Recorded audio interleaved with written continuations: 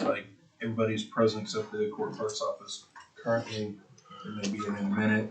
Notice of this meeting was properly posted on Friday, April 1st. Item number 1, discussion possible action regarding the Department of Needs FY 22-23 estimated needs. I think that's just going to be is the purpose of that just as a catch-all? Yes. Okay. Good. Catch-all. Okay, exactly. Yeah. Okay. Do we have a particular order that anybody was notified at a particular time to start?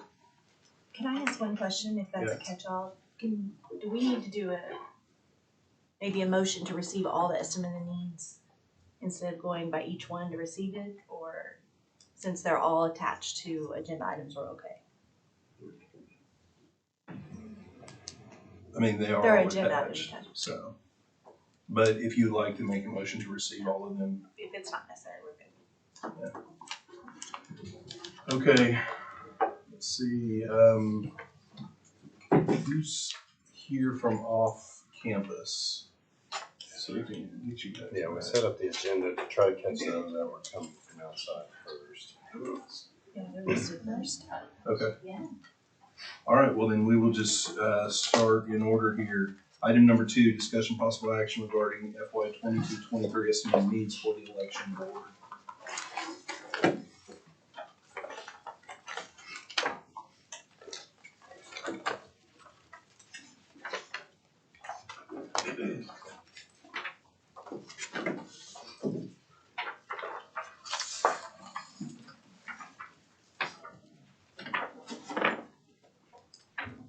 All right, the floor is yours. And it's basically the same. We did increase part-time salaries for this coming year. We have a gubernatorial in November. They've added an extra day to us for early voting.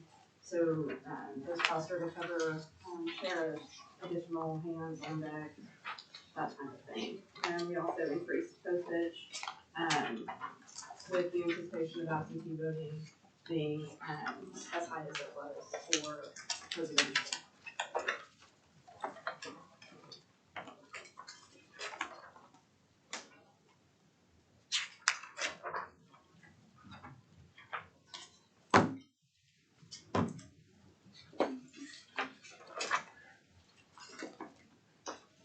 Danny, do you mind increasing that size a little bit? This one? Sure. Each year it gets bigger and bigger. This one, we also had some people retire, we had one resign. And so we have currently 3 positions that we are needing to fill. 2 of them just retired last month, so they'll go back down to the registration clerk position.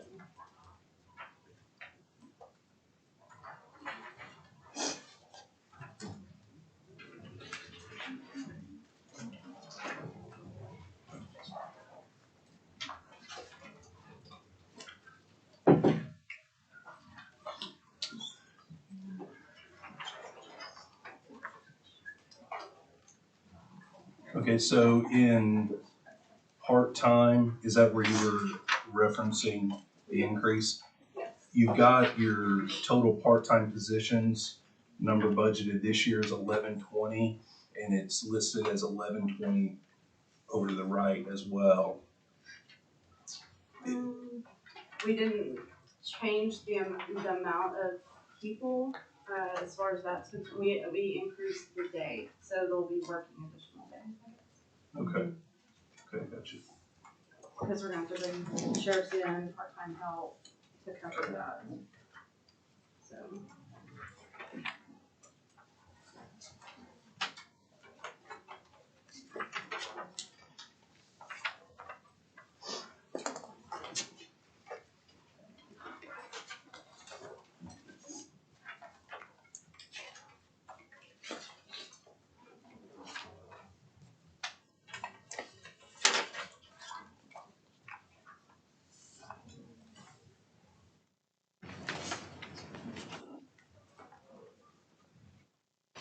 And again, can you explain the increase in the postage?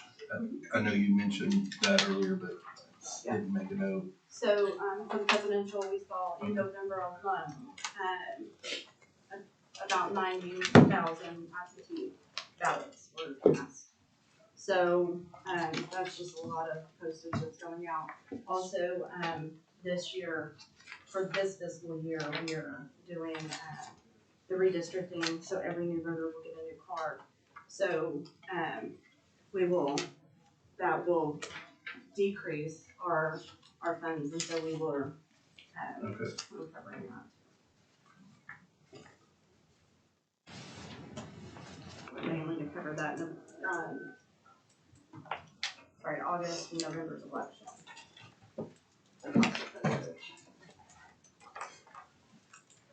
Okay. Anybody have any questions? The city has 3 positions that are currently open. Mhm. Did they just open? Yes. How much are you gonna carry over that you're banking right now off of that? So from here until probably the day, are they currently posted to be filled? Those They're not positions? currently posted, they just retired, and we had an election this month, so we have not got around to doing that. So we have an offset our savings with our increase. Mm-hmm. You have done that? Yes, well, I don't know, this is my first time doing it. Oh, that's fine, that's fine. I I get it. thought I did, but, as I'm looking at those, but I'm not. No, so, and you're gonna have additional expenses with cashing out on the backside of the retirements too. Do we pay that, Danny? Right, and that's, Is that? I you've have got that, budgeted? it's not in this budget, it's in our last, we have enough to cover that. Okay. In our current one, yes, That's good. yes. Looking at your M&O, we see that you have a reduction in your cell phone stipends, but then you also have an increase in the cellular phones used at the polling locations. Are those kind of offsetting each other? So the reduction was because those that have retired carry a cell phone stipend, those that fill those positions, we have not. We will not. Mhm. Okay. Have the cell phone stipend. The, cell phones that use at the polling location, that has increased. Because of the day that. No, just our bill has increased, and so that is the increase for that. Okay. Yeah.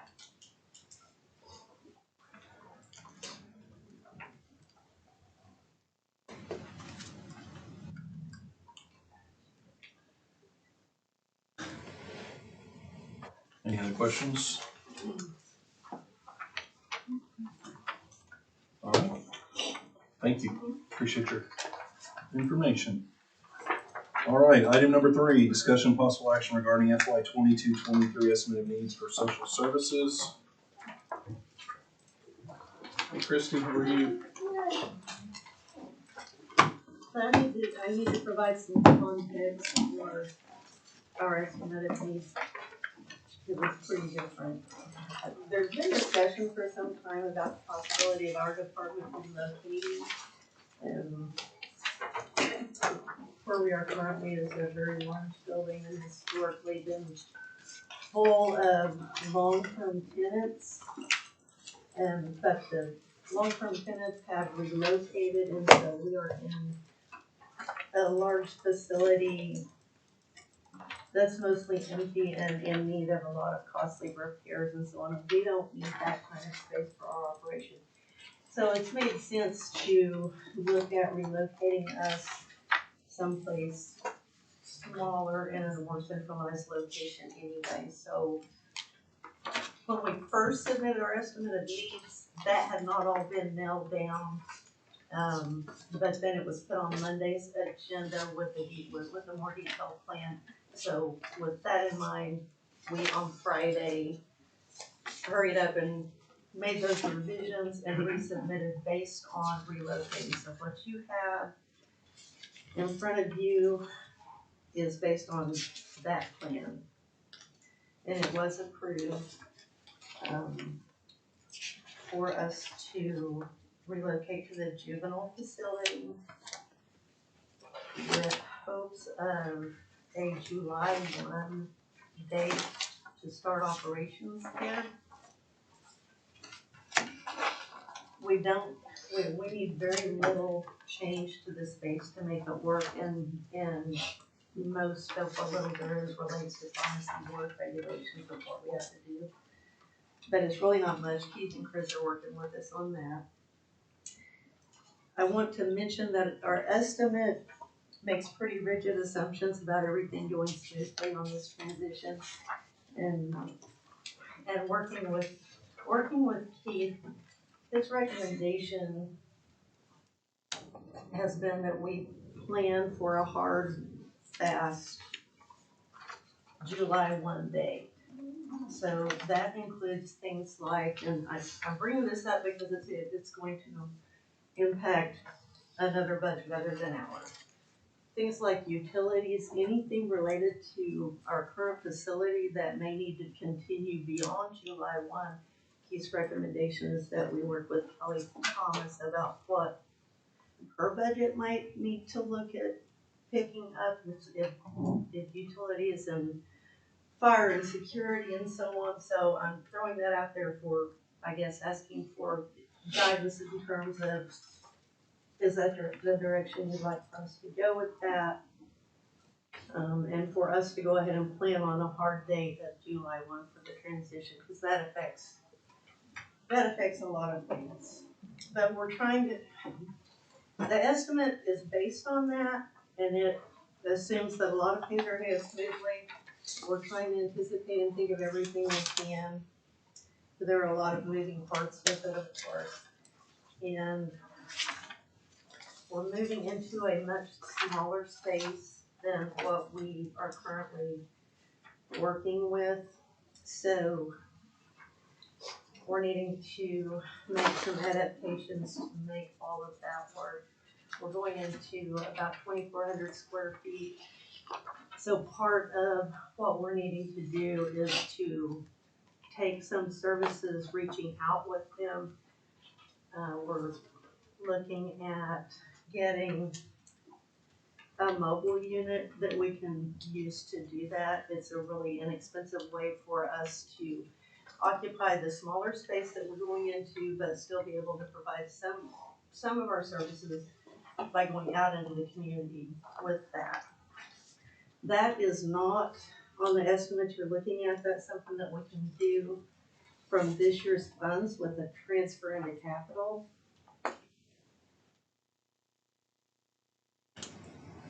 Those are the high points. I just needed to give you that context and let you know we're working on trying to make sure we're anticipating as best we can everything on the front end.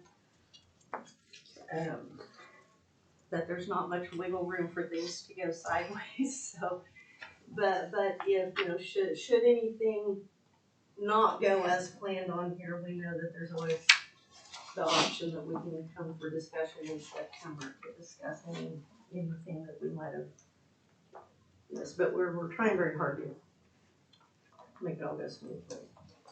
So that's the context. So with the estimate that we've submitted, there's a pretty fair reduction in the overall amount of about $210,000.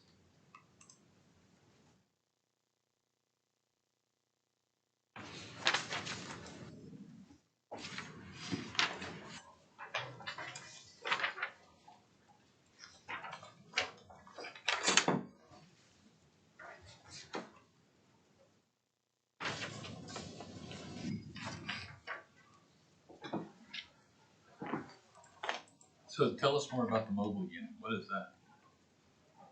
The mobile unit will be able to do food and clothing and offer laundry services out of that, and it would connect with a group of agencies that mobilizes their services on different days of the week. So there would be a schedule of Mondays, this is where this takes place, and Wednesdays, this is where this takes place. And different agencies bring their services together. So you typically have mental health on site. Often you have job job opportunities present. Just a multitude of different services that it makes so much more sense and is so much more cost effective for everyone to mobilize their services instead of having brick and mortar at all different places all through the county. This lets us take services to where the people are.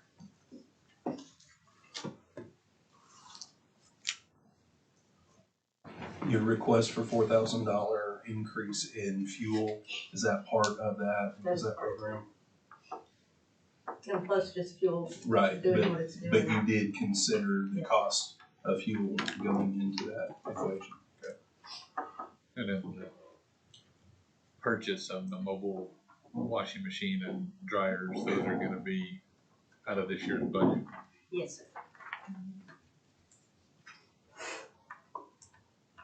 Have we been approved to do that yet?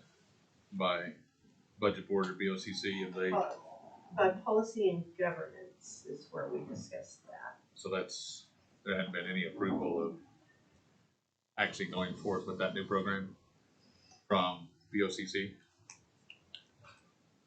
That's who policy and governance would report to. Right, I think that our understanding was that for that decision that the policy and governance approval was what we needed to move in that direction. And if I'm wrong, please correct me on that and we can make it, I would tell you that they don't have those powers. it'll go through budget board. Yeah, my recollection at policy and governance was, there was discussion about a recommendation to move forward, and I think, Michael had said, we really don't need a recommendation on something like this, it's your department, Right. you can move forward, is my recollection. Well, I think that was, the understanding was more of a, tell us what it's gonna cost and move forward with that. I would think the BOCC would wanna chime in and probably approve a program like that before we start expanding those programs. Because nationally, that program is being abandoned even by those in California, because it's not sustainable and it's not effective. So I would hate I don't for know us what you're to referring start doing that. But that one's with, so there's some other parts of this, and I know that you're probably gonna have some more changes now that you're moving. We had talked something about pharmacies or pharmacists, and you're gonna have to remind me what some of that is, because if I recall correctly, we had reduced the amount of pharmacists we were gonna have. Right, so part of our reduction relates to, having had a location in the Westtown facility. Yeah. And so we just recently discontinued that location. And then we were paying for the full-time pharmacist and then over there, right? That was a rotation of part-time pharmacists. Okay.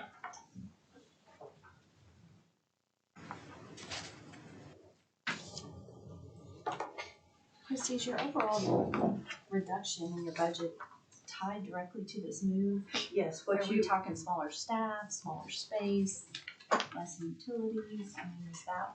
it's, yeah, you see the line item reductions on the utilities, on the things that go away by virtue of us not being the operator of the facility.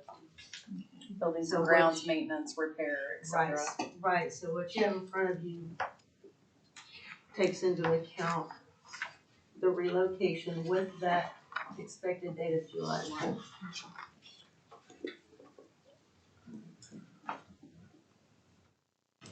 And then again, we can share with this group or with Kelly or however you direct us, numbers related to utilities and so on. I don't know what's going to happen with the facility that we are leaving, so I don't know what needs there will be in terms of what needs to be continued to be taken care of there once we're gone, but it was Keith's strong recommendation that we set a date and stick with it and then work with Kelly, et cetera, for anything that occurs beyond that. we don't want anyone to have surprises. Are there plans for that building once they relocate?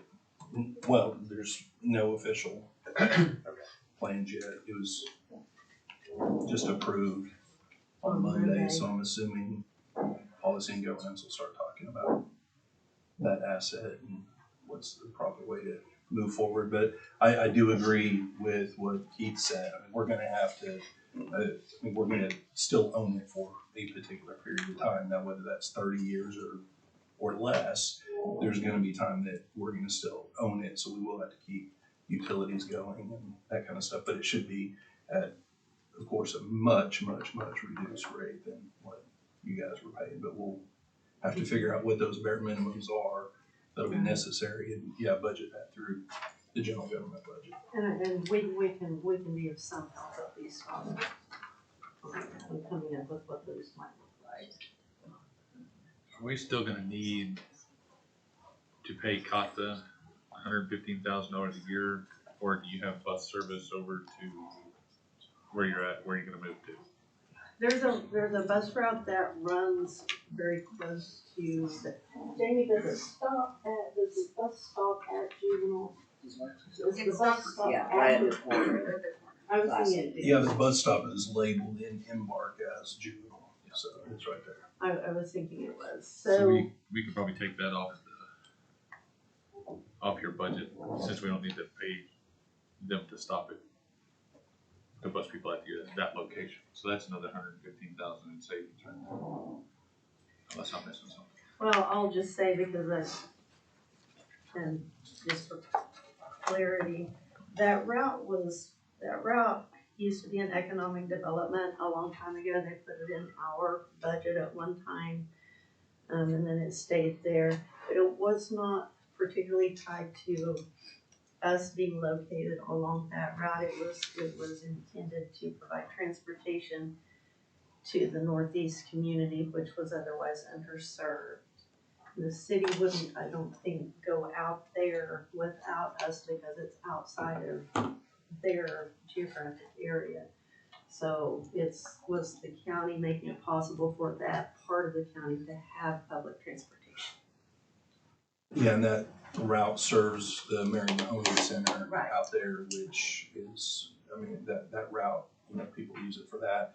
Miles, I do think though that it would probably be more appropriate if we were gonna continue that. It was okay being in their budget because it allowed for people to get to their location.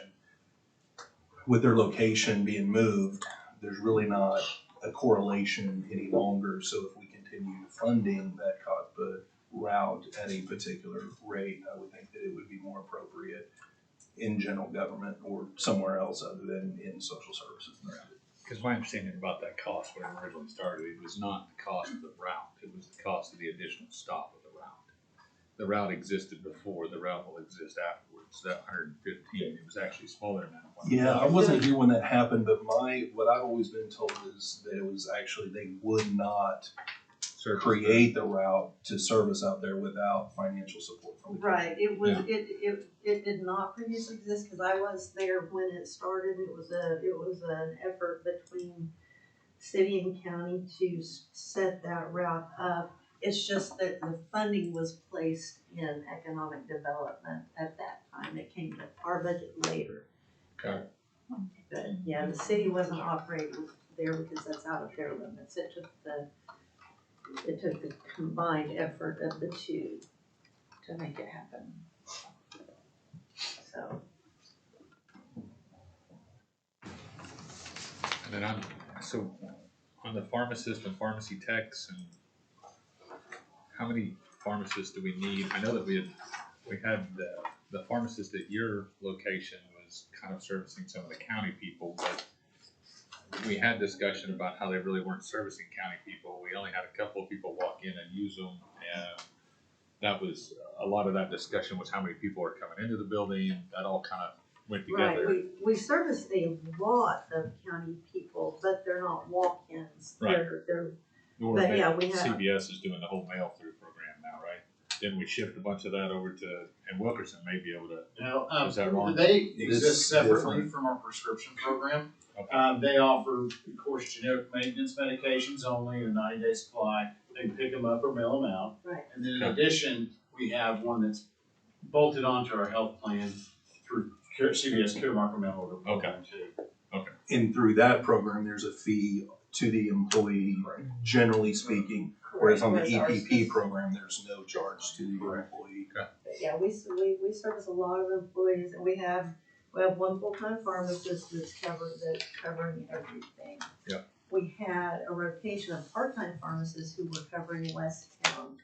And we're keeping them on staff and just floating them, because they also are backup as needed for if our pharmacist needs to take a vacation or has sick leave or so on. That's one of our options for having people that we can easily bring in who are familiar with what we do and can step right in and cover for a day. So that they're not consistently scheduled positions. And those are paid by, I mean, contractually, or do we pay them as they show up hourly? As they show up hourly, they're just part-time employees. And there will be And lots of times that they don't have hours. and on your security cost with juvenile, moving over there, that's covered currently by the sheriff. Are we gonna, do you need the money for security? That's on it's in our budget, so we do that ourselves. And he integrates into our programs as well. So he provides security, but also supports the programs that we operate. So that part doesn't change. There is a reduction of a part-time deputy though in our request, and that one related to West Town. So there's a reduction there.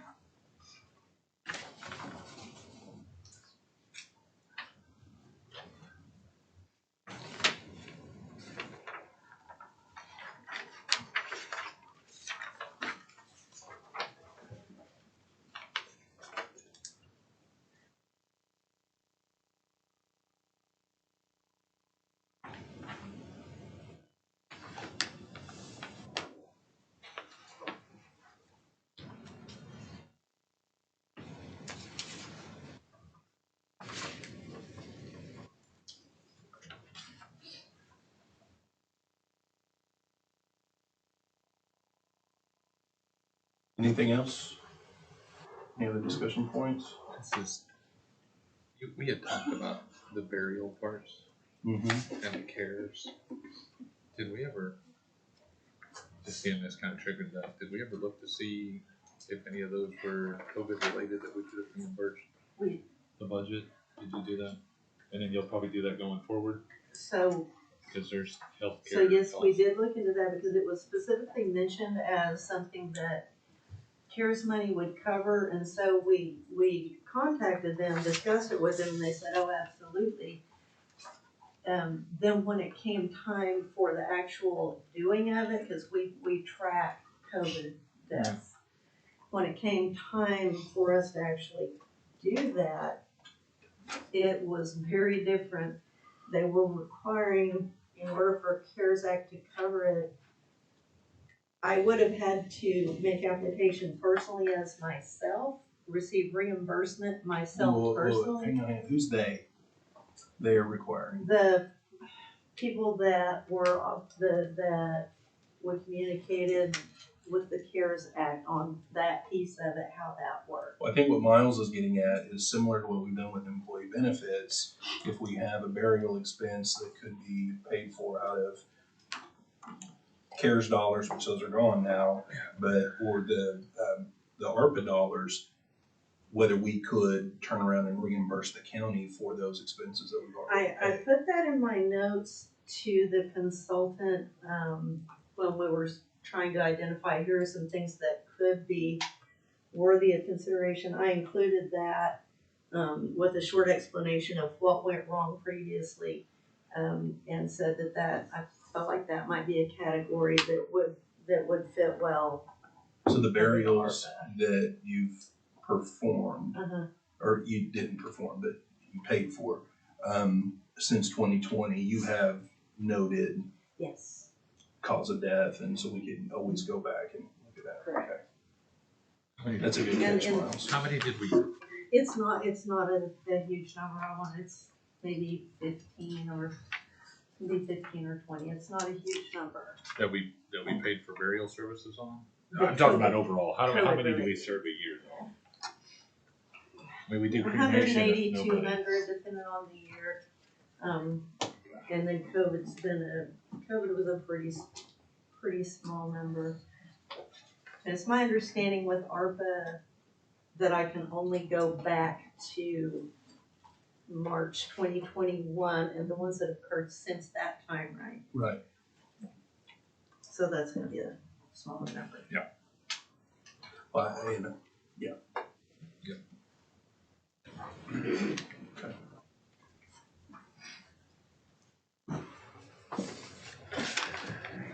Anything else? All right, thanks, Kristen. Thank you, appreciate it. You bet.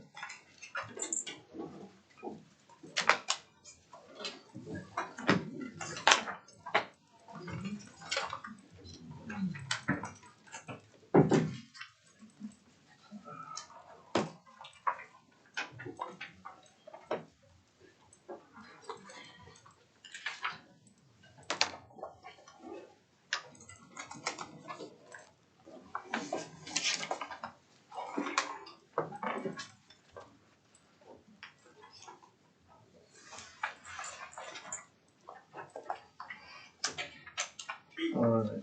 Item 4, discussion possible action regarding FY 22-23 estimate needs for juvenile. Jamie, welcome. Thank you. You have a handout, you need to receive. Motion to receive. Second.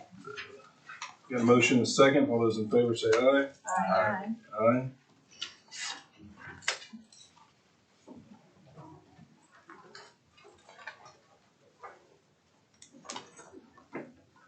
Ready? Okay. We'll do detention first, is that what you have pulled up there? Yes. Yeah, okay.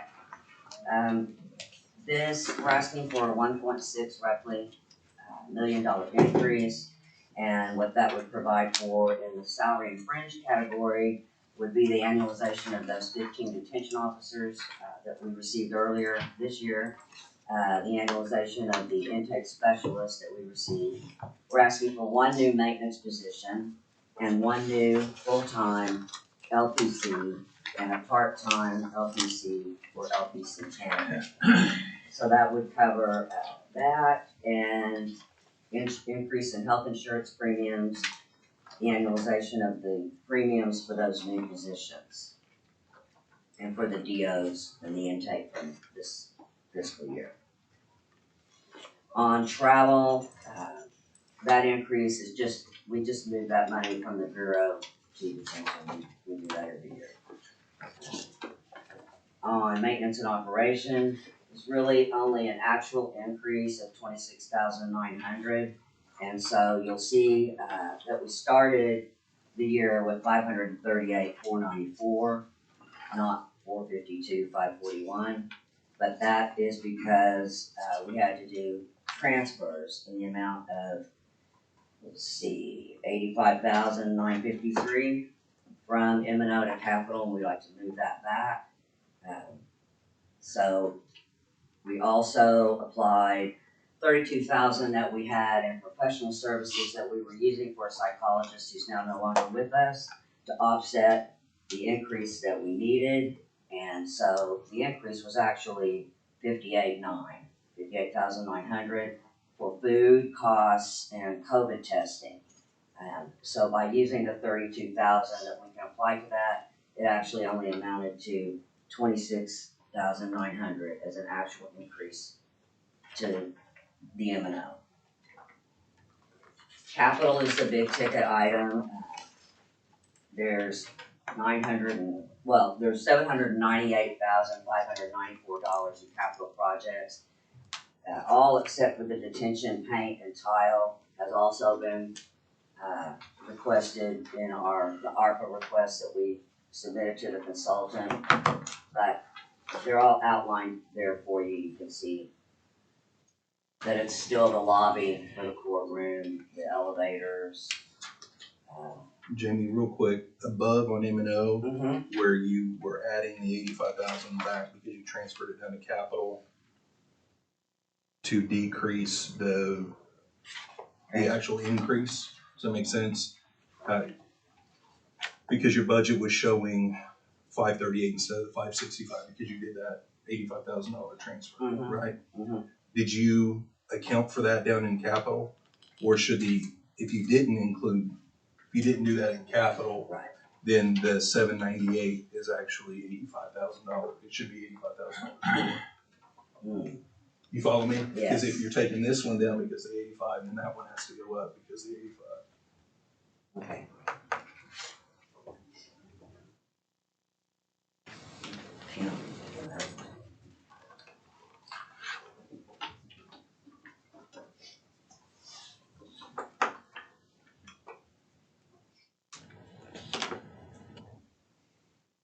Okay.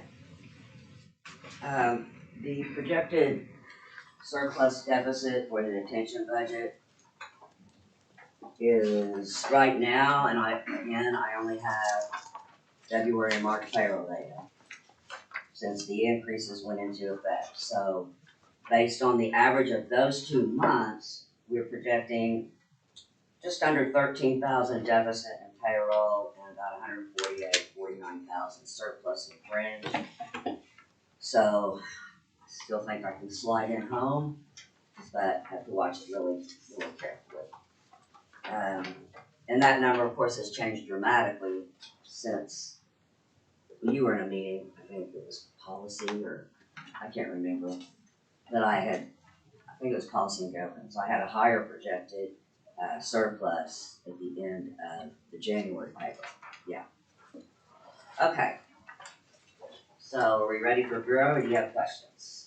Do you plan on lapsing those funds or utilizing them before the end of the year? The 100-something thousand in your benefits. Do you plan on using them for maybe some capital projects?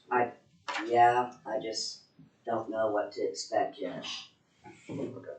I really don't.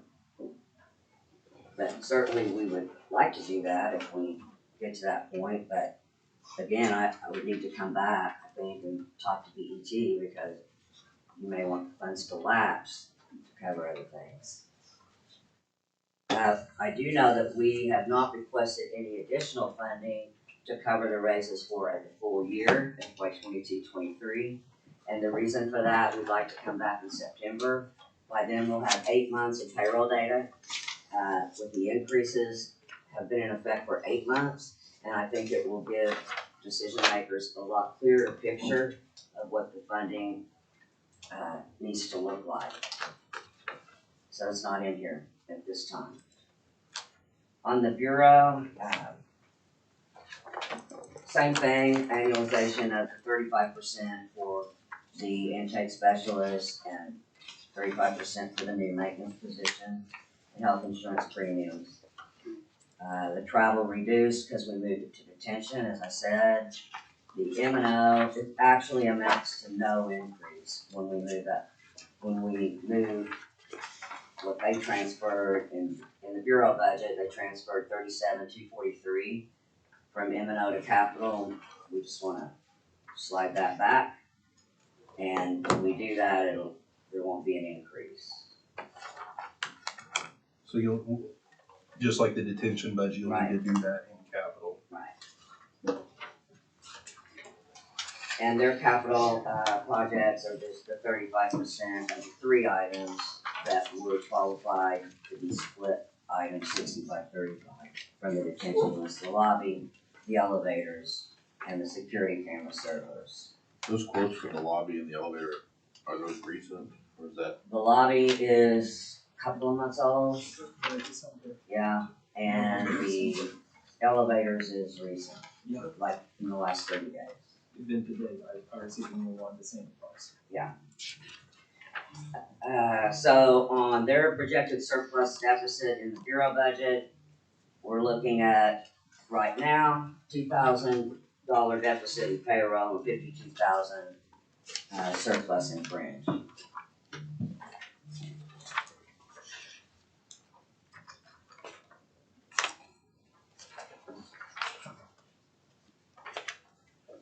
We good? Okay. On the grant funds, Title IV is still, we do an estimate of needs for that one, and we have that. Jamie, let me Yes. just clarify real quick, so we're all on the same page. Okay. In both detention and bureau, cause on this spreadsheet, you didn't have the reduction in capital noted. Does that mean that your estimate of needs for capital needs to be adjusted likewise? You following me? Yeah. For both bureau and detention?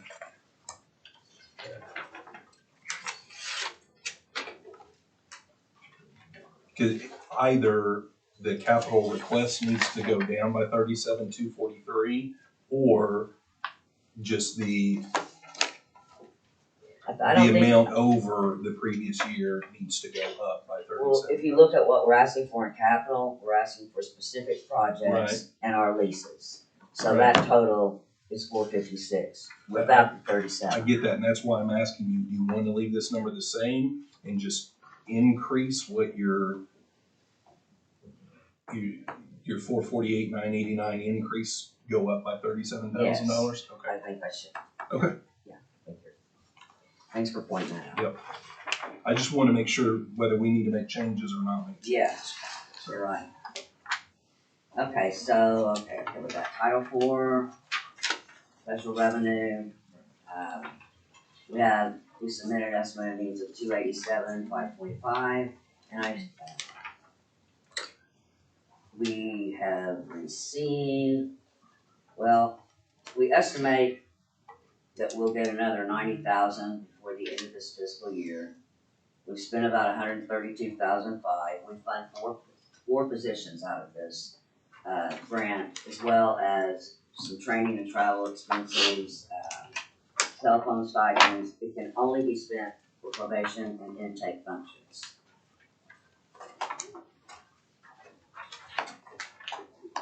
There are no estimate of needs for the formula grant, the accountability grant, and the delinquency prevention grant. I'm working with Kelly and Danny last year. We didn't do them last year, and that was the first time, I think, because there's no activity. There's been no change. And the other one, I have two more probation fees. It has an estimate of needs, and that fund is solely used to pay for psychological evaluations scored by the court, and it also helps with indigent funding for sex offender treatment program for youth that qualify as indigent. That's all it can be spent on. Work restitution is the mystery fund. Nothing's happened since I've been there, nearly 9 years, I guess. And so the balance is the same, and I can't find anybody at the city, anybody at the county, anybody that knows if we can spend this money. But it's there, if anyone ever discovers how. It's a big pot. Just some clarification back to your question about the capital outlay. We're not making any changes to the estimate of needs. You're just talking about her worksheet. Right. Right, okay. I wanted to clarify with her whether we needed to make changes, but evidently not. Now, does the estimate of needs correctly list? Yeah, okay, it's under the capital outlay transfers. Okay. All right. Any other questions? All right. Thanks, Jamie. Thank you. Item 5, discussion possible action regarding FY 22-23 estimate of needs for the sheriff's office. All right, so we have 4 accounts that I'll talk about today. Our 2 main accounts that we use are obviously general fund and then 1160, so I'll hit those first. In general fund, I can just go down the line item. So, as far as what we received last year versus what we were asking for this year, assuming apples to apples, our salaries actually dropped from about $86,726. We are asking for 6 new positions, and those 6 new positions are 4 of those will go to process and travel, which is our process service, but mainly will be for extraditions. Extraditions have spiked considerably over the past couple of years, really. 1 to records and warrants. Records and warrants is the personnel that sits at kind of the front desk, I guess that you would call it, when you walk into our building, and they handle any cop that's out on the road that needs warrant checks in the middle of the night, or anybody that comes in for fingerprinting for whatever reason, those sorts of things. 1 to finance. The finance department has kind of become a little bit overwhelmed with some of the new processes that we're putting into place. Started obviously a new inventory program to kind of clean that up from past years, and so that's all being put under the umbrella of finance. So there's obviously a difference in benefits, just because of the cost of benefits that are going up. For the most part, we stayed the same, assuming new positions would be approved. Last year we had 148 on the benefits plan. This year we'd be asking for 149. And so for those 6 new ones, I just split out 3 and 3, assuming 3 single, 3 family. And then of course the rate increase there drives that a little bit. We're not going to ask for any travel this year. Last year we had $8,400 of travel. The year before that we had $13,000 in travel. So we've eliminated that from the general fund budget. Or at least the general fund request for 23. Same thing for capital. Capital, we're not asking for any again. We haven't for the last several years. We're not again this year. So for M&O, we're reducing cell phone stipends down to just 1080. So we only have 1 cell phone stipend going forward. The software license renewals, those are increasing. We're asking for an additional increase on those of about $150,000, and that's to try to free up some of the service fees. And when we get to service fees, you'll see what I'm talking about. Service fees are a dwindling fund for us for some reason. So what what that request would entail would be body camera contract, computer aided dispatch contract, and then our record management system. So every year, or at least for the most recent years, I guess, the budget board's approved $80,000. So we'd be asking for the body cameras and the computer aided dispatch to be added to that as well. We certainly feel like those are fundamental requirements to run the sheriff's office. Last year, we were gracious enough to receive $100,000 and $300,000 for transportation and fuel, respectively. It's probably no secret that fuel is going up, so we are asking for an increase in that as well. $35,000 for transportation, which is prisoner extradition, and $76,000 in fuel. We actually anticipate about $503,000 is what we'll spend in fuel for FY23, assuming the knowns of today's fuel prices. So it's fuel prices obviously have gotten stupid, and I think that affects us considerably. So all in all, the increase asked is $761,000 and change for our general fund budget, which almost half that is driven by benefits. So that's something I'd like to point out. Does anybody have any questions on that one? It's pretty simple, line item wise. So okay, so for 1160, kind of out of order on the budget, but they're on the agenda minutes. Okay. Same number of positions. Last year we asked for 39. This year we asked for 39. There's a little bit of an increase in the salary ask, and the reason for that is because the treasurer has requested a potential increase for the deputy that works for them. Of course, that's fully reimbursed by the treasurer's office, and also for the 4 employees that are that serve on the 11th floor, and they work on the 11th floor for the trust.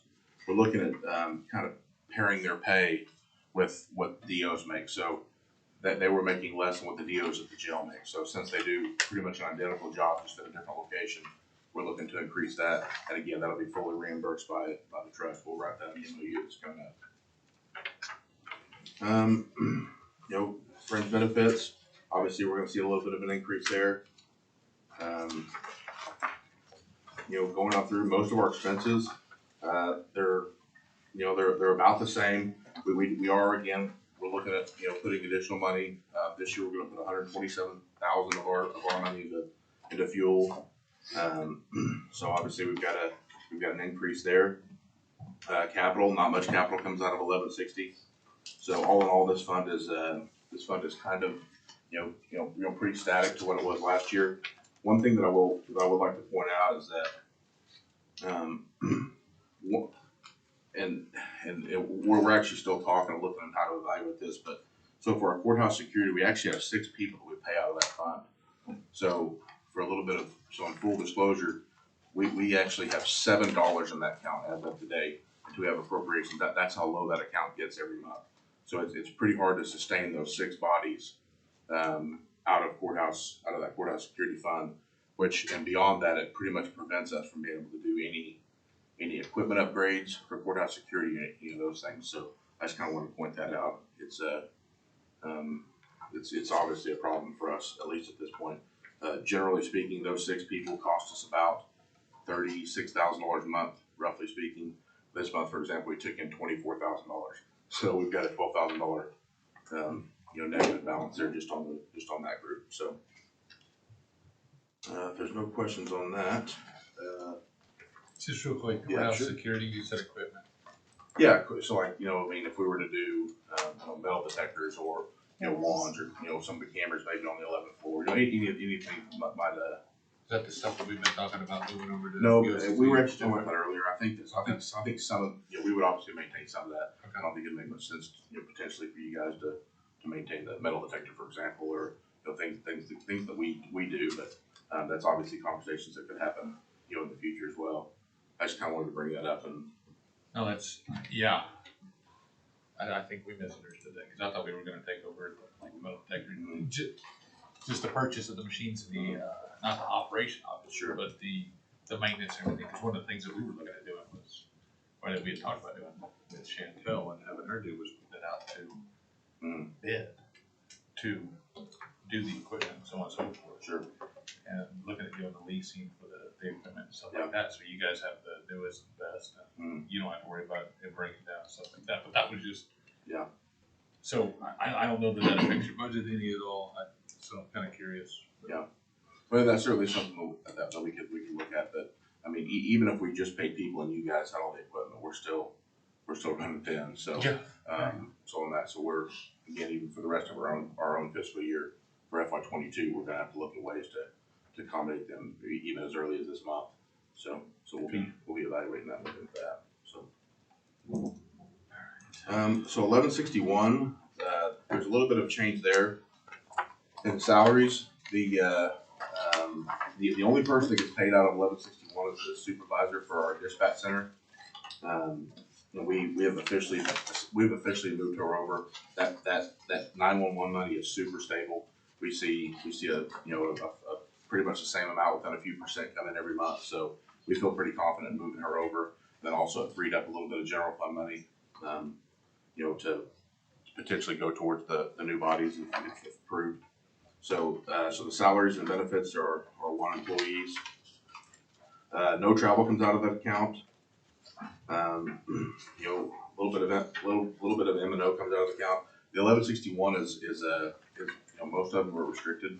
Restricted funds are not really just wide open available for use. So training supplies, could be ammunition, could be anything that could be related to training, and then just some various safety equipment that we'll be potentially using out of that. So the 1161 fund would be funds like that'd be things like our drug fund, our federal asset forfeiture, training fund, 911, those sorts of funds. Have you seen that go up any at all, your civil asset forfeiture?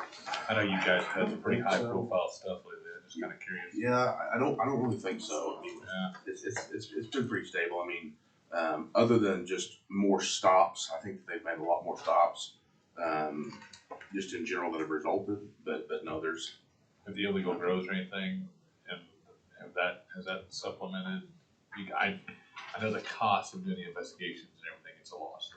But have you guys seen any increase in civil asset forfeiture from any of the illegal growth? not yet that I know of. Is that going to you or is it going to? asset before you It, yeah, it goes through a process. DA gets, So percentage and. it'll be a while. Yeah. Before you actually get to see it. Gotcha. And the last one, is our grant fund. And so that's, so there's two sources of income for that. When I say income, there's two sources of money for that, I guess, but, one is the JAG grant with Oklahoma City, and then the other one's the traffic safety grant for running traffic. And so there's, two full-time traffic safety educators that are paid by the Highway Safety Office, and then their benefits, there's some overtime that's factored into that. So I think, this year we anticipate about $130,000 in overtime that the Highway Safety Office will fully reimburse. Of course, they're fringe. There are some conferences and travel the Highway Safety Office pays for those people. Again, it's 100% reimbursed. And then the JAG grant generally pays for all of our radio contract with Oklahoma City. So that's kind of that's pretty helpful for us. So we don't have any real expenditure there on the actual lease and maintenance of the equipment, which is super costly otherwise. We're getting that for a fraction of what radio infrastructure would actually cost in real life. So that's a pretty easy fund to go through.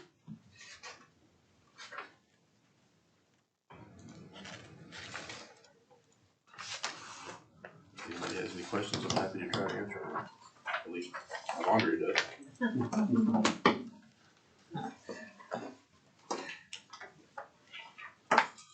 Anything from anybody? All right. Thank you, Brandon. You good? Sure. Thank you for coming. Have a good one. You really should. All right. Made him He still can. Yeah. I'm gonna. Now we can ask some questions, right? Yeah, really. Explain all that. They're going. Bob wanted me to text him when we were about 15 minutes away from them. So we can go ahead and do a couple. I'm gonna go ahead and text him unless there's an issue. So, yeah.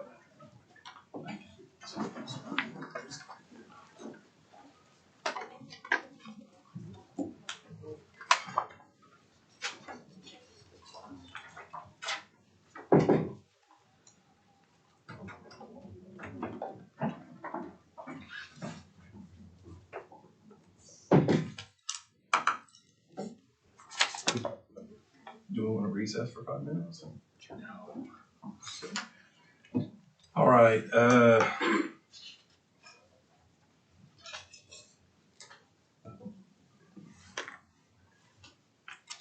Let's go ahead and do the DA, state and county. That one will be quick.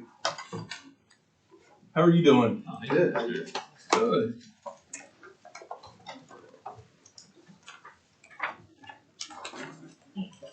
I think the only changes I make to county is I lowered travel by $100 and increased copier charges by $100. Switch copiers, much more expensive than that.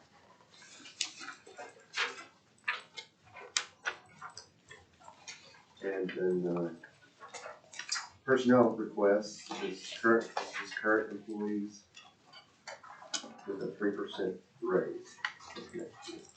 Our budget's been flat since 2019. And we're gonna be short $17,000 this year covering our personnel benefit costs. On these two, we don't fund personnel costs, right? No, not on these, just a separate contract. Okay, you're talking about the DA contract we Right, have for service. Okay. But no, on this, there's no personnel or benefits. Okay.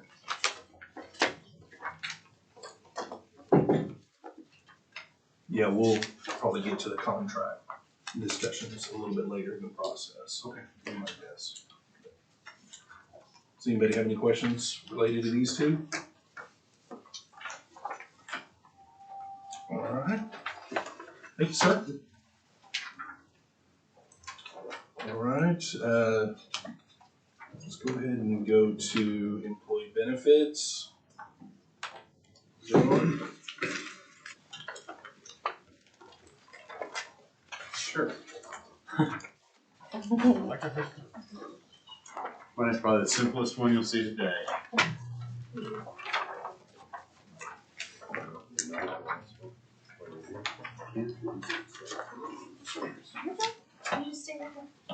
We did VA County and State Week as we're here. No changes really to their stuff to speak of. So.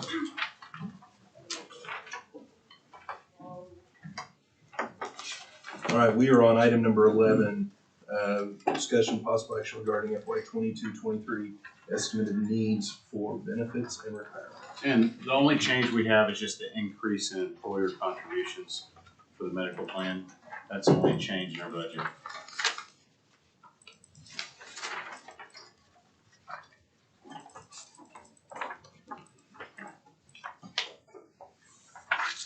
Any questions?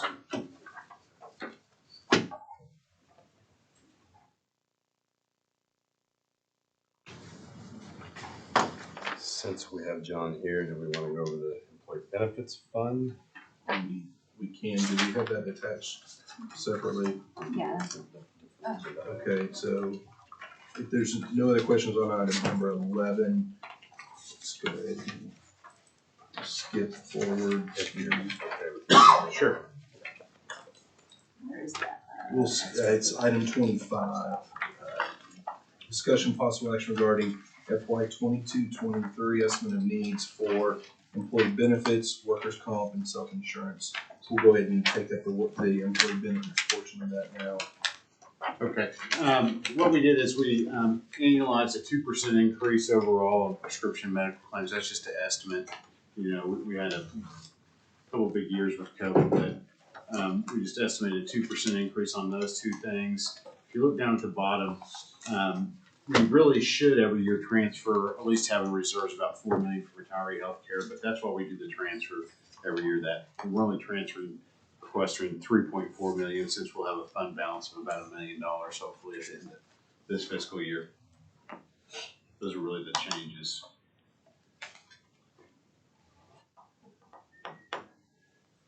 Yeah, we're still estimating we'll end this fiscal year with 1.2 carry over. Okay. So if that changes, we can always adjust that. So if we have more money, we can transfer less. If we end the year, just in case.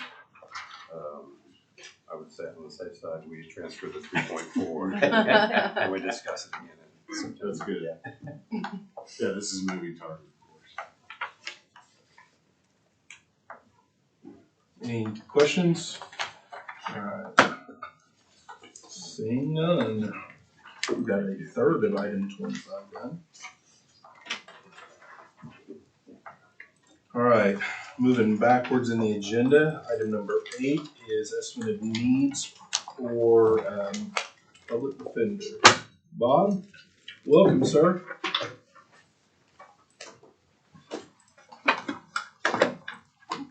You've requested additional money in maintenance and operation based on the increase in costs over the last couple of years that we haven't. Especially this is regarding paper, publications, books, everything's going up considerably. We kept our copying machines are on a contract now, we didn't increase that. But we did increase vendor maintenance by $250 and several of the other things. We did not increase the travel budget because we've been going in-state instead of out-of-state. So, and we're planning on going to a conference in touch this year. So they've got a national speaker. We're supposed to send people to nationals according to the statute, but if they're national speakers here, I can do that. And the year before, we were able to bring a national speaker here, and he did a seminar in my office for 2 days. So So we're looking at doing that, and so we'll be able to get by with the current amount of money. I'd ask on my budget that you put in, even though at the rate they're going, I'll doubt that sixth floor will be done in my lifetime. But if for some reason, if it is before the end of the year, I would ask for that $7,000 that you all have been deferring for the last 2 years to assist me in the move as far as buying some new office furniture or whatever. But that's not included in. Yeah, that's what I was gonna ask. On here, you got $2,000 in furniture. That's separate and apart Yeah. from the other 7, right? The 7 didn't just go down to 2. And I'll tell you what, the Tulsa Public Defender moved back into the building in Tulsa County, and they just left their stuff at their private deal, and the county gave them $75,000. I don't want to do that. We'll bring over almost all the stuff that won't break. There'll be some stuff when we moved originally that it was broken. Mr. Hooten had given us a lot of materials over the years.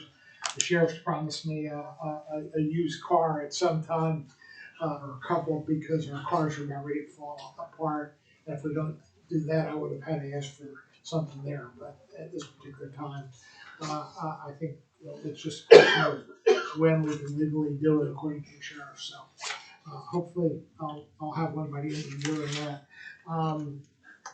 So that's basically our proposal. Okay. If Any anybody has questions? any questions. Nope. Okay, I hope I'm asking you all at the October meeting for the $7,000 to move over there, but I guess I'll just have to wait and see.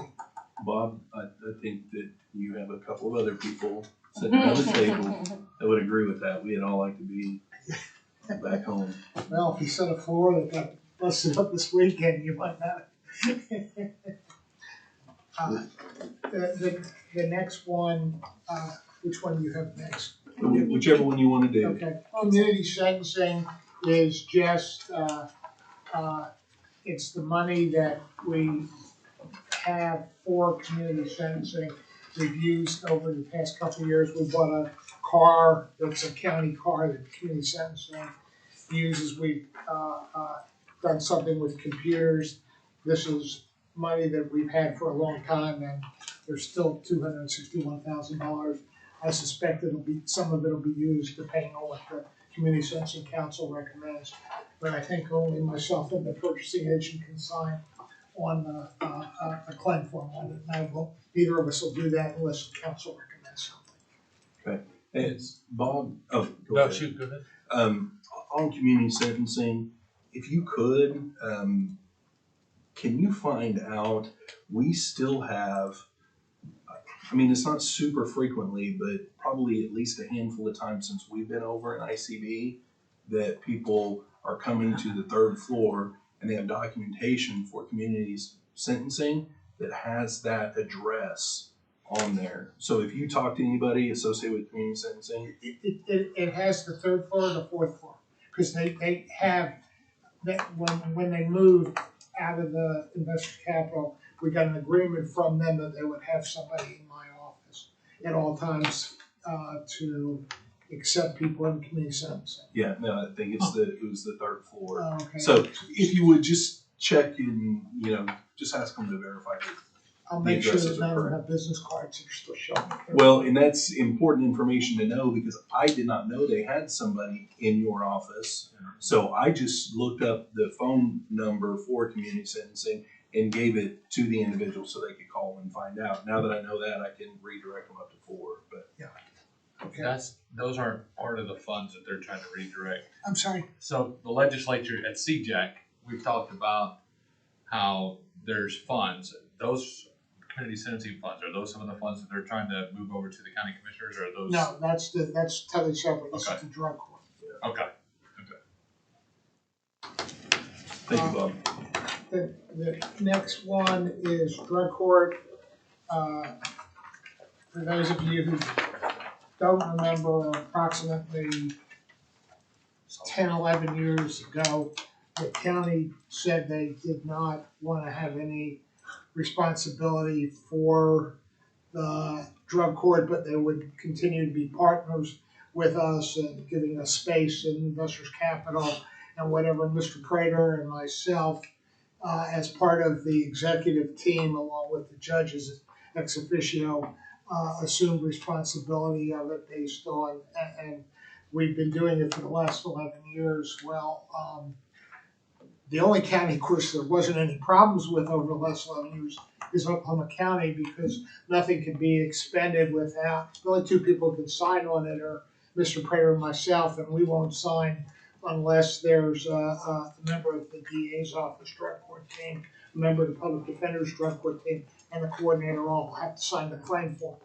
Well, there were some issues, in Tulsa County hired out a private contractor, and little did they know that they were skimming on an average of about $150,000 a year that wasn't going to drug court, whatever. So they've since rectified that system, but evidently there are problems throughout the state. So the Senate, at least it's passed the Senate, hasn't passed the House yet, but it probably will, considering the people who are sponsoring it in the Senate.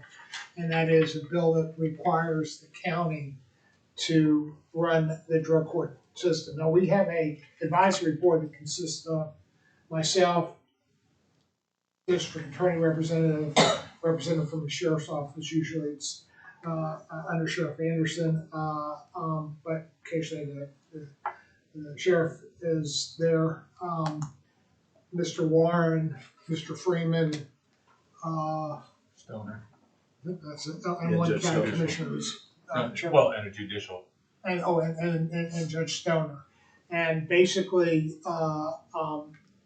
that money would, that the county could delegate to that committee, as opposed to having to run it themselves. I think they could continue to do that, depending on the exact language of it. So we may not have to do anything with it.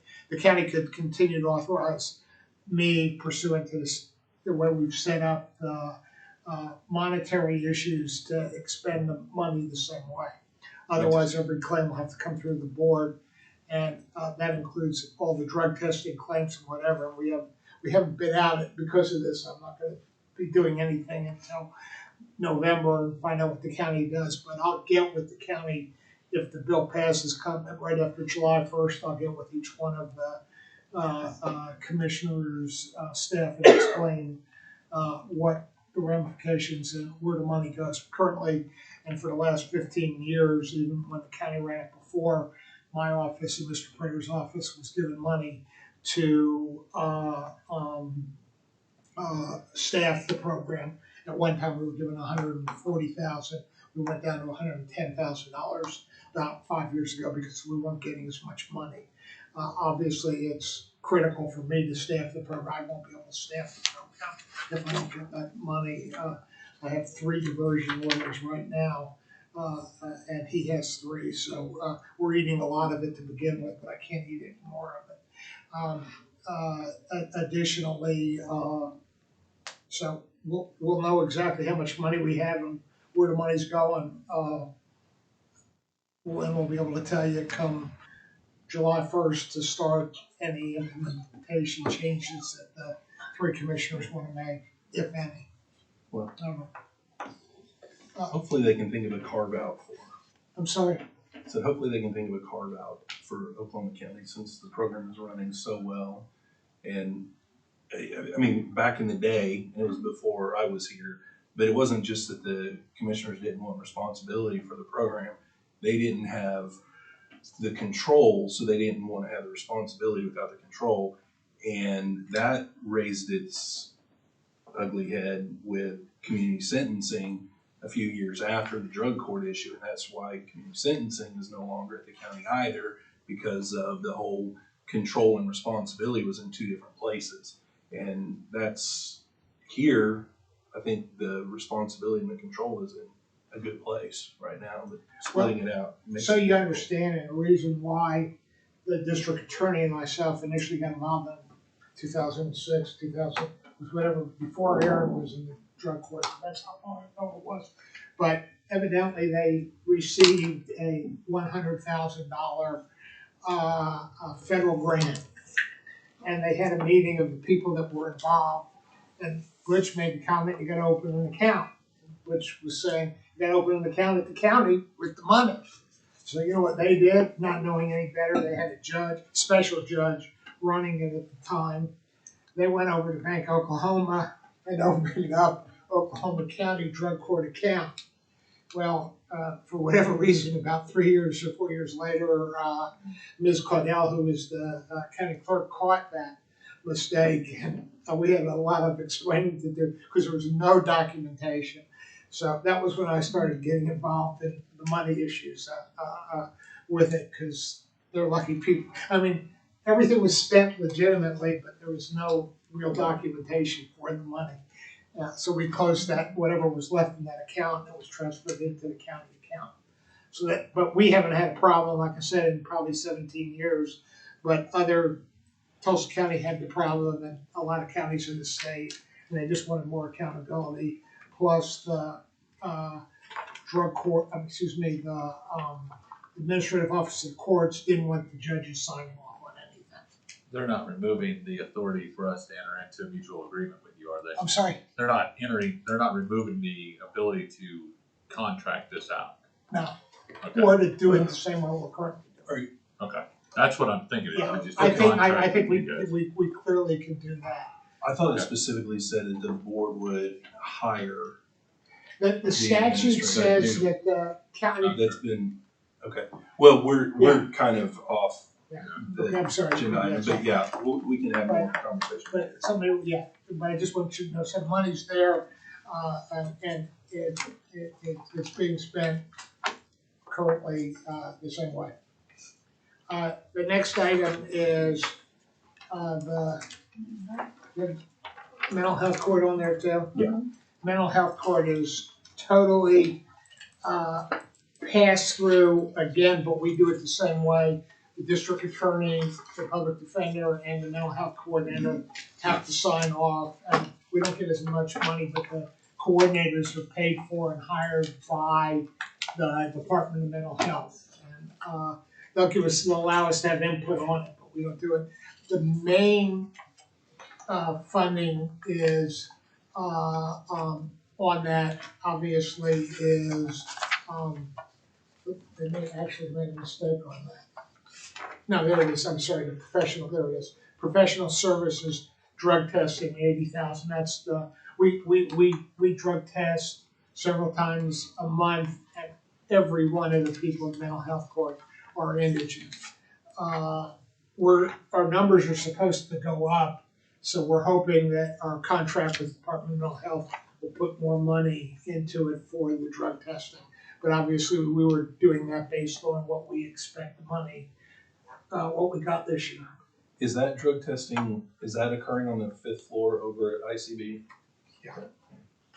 And again, we have we bid it out through county bidding services close to 5 years ago now for drug testing.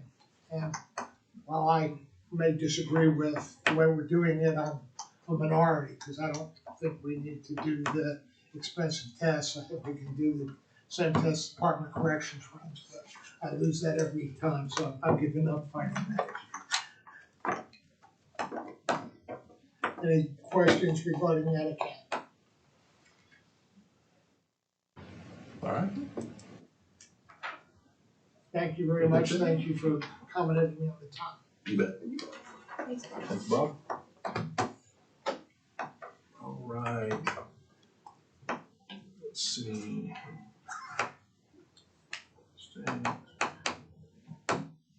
Let's see where we are. Okay. Treasurer, emergency management can't go until next week. Public defender, DA state, county clerk. My thought was those of us that are on here, we can get us whenever. So purchasing? Yeah. Item 12, discussion possible action regarding FY 22-23 for purchasing. Only one change from last year's budget. I added a designated line for one-time stipend.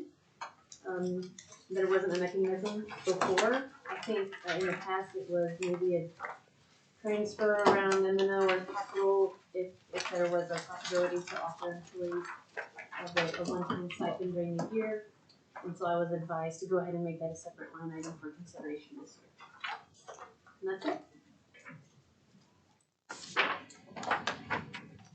Oh, well, of course, fringe benefits, but I didn't.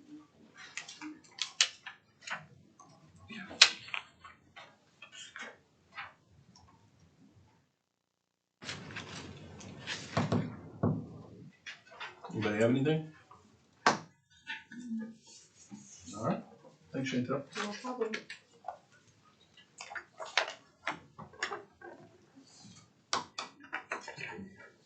All right, item 13, FY 22-23 estimated needs for court services.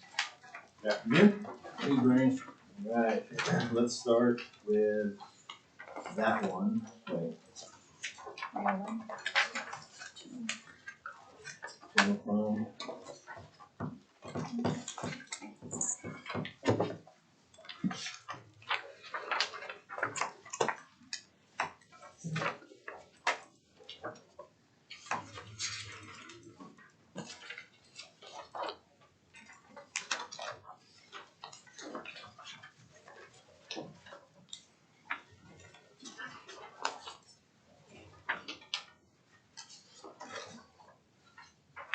Was that it? You got it up?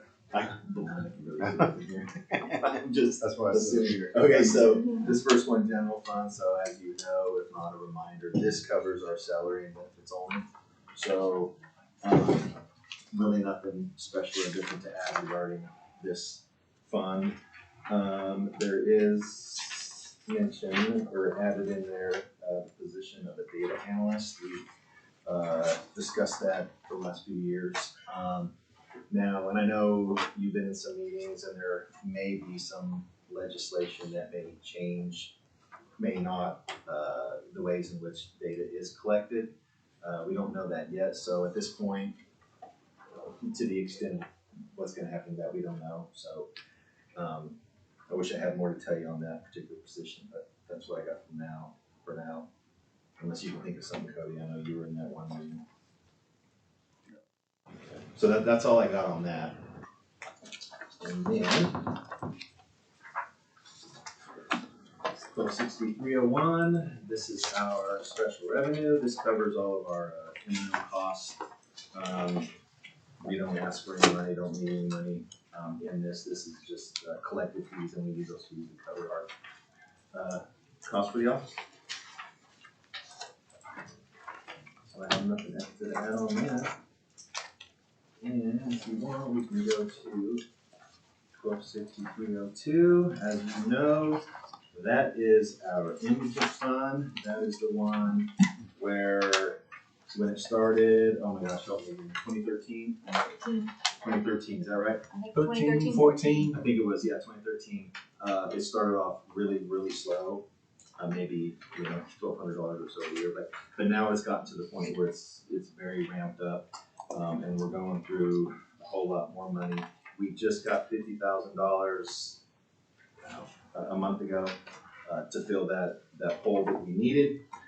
We can take any approach. We can do that again throughout the next year when that time comes when we need more money. We can ask for it, or whatever the pleasure is here. But we can certainly do that again. But at some point in time, you're gonna need the money. Yeah, The way it's been tracking. To put it in perspective, so just since this, it spent $16,000 for the year, but we had some things we needed to pay, so we paid an additional over $23,000. So there's been over $39,000 spent this year out of this fund so far, and we're still probably going to spend another 15 on it for the year. So we'll have money throughout this year, but part of that big costs are covering like lost bracelets that can be pricey, which adds up. And so far since the first of the year, now we're at 14 lost bracelets, one of which is ours. So this board knows for what's being funded, one of which is ours, but What, Hopefully there's no more for the rest of the year, but that total could add up and that could be a new large cost. one is yours. You said you had 14. There's, as it sits right now, 14. Hopefully, there are times, a lot of times they can be recovered, but as we're sitting right now, there's 14 that have not been invoiced. So who are the others? I mean, if you said you have one. Right, so like a judge will order someone released to us for supervision and we supervise. We have several of those. And that's where throughout you that lost time, one. there's only been one that we missed. Which is good. There's one through remerge, one through mental health court, one through drug court, and 10 through teen. And they're about, there's two different monitors. One's $1,050, the other one's $950. So roughly $1,000 is the cost So we pay, that's per unit, per unit and that's 10 to 10? so far, yeah. We're using county funds to fund. People will be ordered, so for example, to be released from county jail to wear an ankle monitor, obviously by us, but the supervision part and case management done by them. Well, is there a different process in recovering? Because I'm assuming, and I guess I could be wrong, but I'm assuming that the vast majority of the ankle monitors are put on folks that you're ordered to keep track of, right? As opposed to the other organizations. I'll get a count exactly what. But the majority probably would be your folks, right? And you guys have lost one and others have lost 13. Do you know what the difference is in the process? Why you guys have only lost one with more individuals versus 13?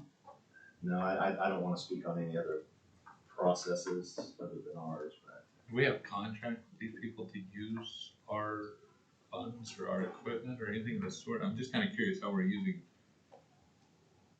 very restricted county funds to fund.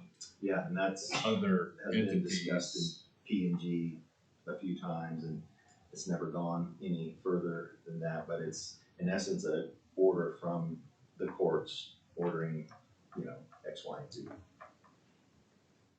So there's been no legal opinion or anything of the sort on that? No, sir.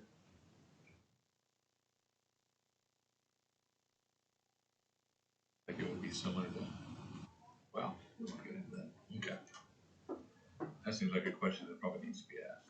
We can take that next step. I know it's been that exact thing has been discussed in P&G, and I know we've discussed it. And I can get with you or whoever to ask that question. Or I just don't want to get dinged me either. by the auditor or something like that. I'm not saying it's not a worthwhile program, and it clearly Oh, is. no, certainly, right. Yeah. It's just, we just need to be above board and smart with what we're doing. And I don't want you to get in trouble, and I don't want any of us in here trying to explain why we did it, so. I definitely agree with that. Well, obviously your group is doing a good job recovering bracelets that are being cut off, so I appreciate that. I think there's a couple different ways that we could go on this. I know at budget board, when we had this discussion, it seemed like there were at least a couple, if not more, members that were interested in just budgeting for this instead of doing a transfer in the middle of the year. Like on self-insurance and workers' comp, we try to start the year at a certain amount. I don't know if maybe we take that approach where we say, hey, instead of putting 50,000 in at a time and then waiting for it to dwindle down, just starting out the year at 50,000, which we would need a pretty solid estimate from you as far as how much you're going to still have in the account, because you'll have some rollover. Yeah, I would think at the end of this, when this fiscal year ends, it's going to be right. It's pretty accurate to what's on there, probably around mid $20,000. Okay. All right. We don't have to make a decision on that now, but just as a thought. Either way works for me. Okay.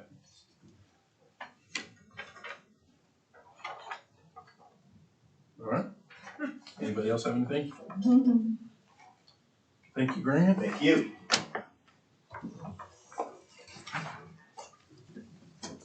All right, I think I saw Mr. Trumbo sneak in here. I did. How's it going?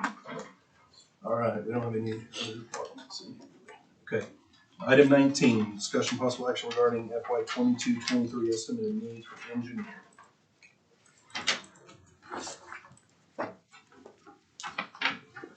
It's pretty much the same as it was last few years. Replacing new employees with long-standing employees gives a little bit of savings. People switching over to single coverage instead of family coverage gives a little bit of savings. Spread that savings to fuel and paper and things like that I anticipate is going to decrease with the inflation that we're seeing, about 20% average figure. So just a little less budget request this year than last. I'll give you back a little bit. All right. $800 every changes. Stacy, did we factor in the increase in fringe though? For the employer? I guess it was on the worksheet, right? Okay. Yeah. You said you had people Yeah, go that's from changed. family Oh, to I single. see. Yeah. Or, yep, gotcha. That's what I did it. Thank you. Stacy, I appreciate you. Yeah, we did. Made it easy for You you. chipping in for the cause. Yes, sir. Okay.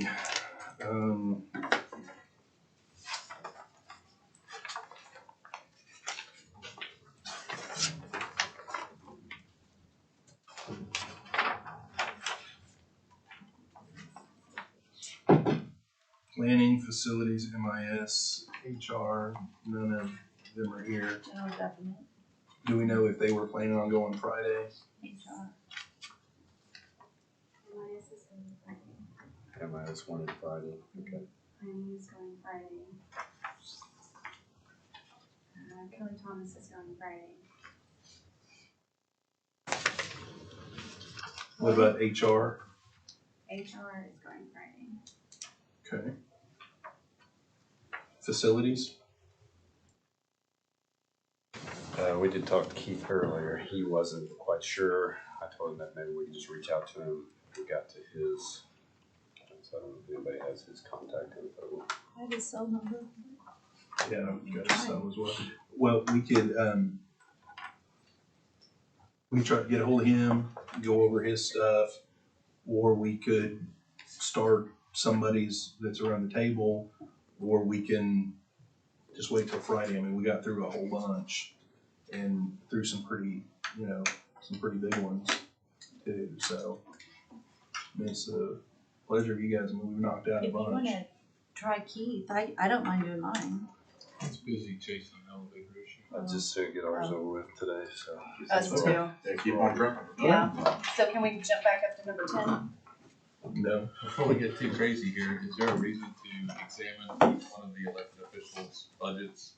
We've got a June 28th, very important vote. I think it's very smart of us to suggest flat budgets and move forward and re-examine this in September. We did it this last year, it worked really well. It's probably a good thing for us to know how we sit on June 28th before we start looking at COLAs, before we start looking at adjustments. There are things that we do have to adjust. I understand that, employee benefits and those types of things.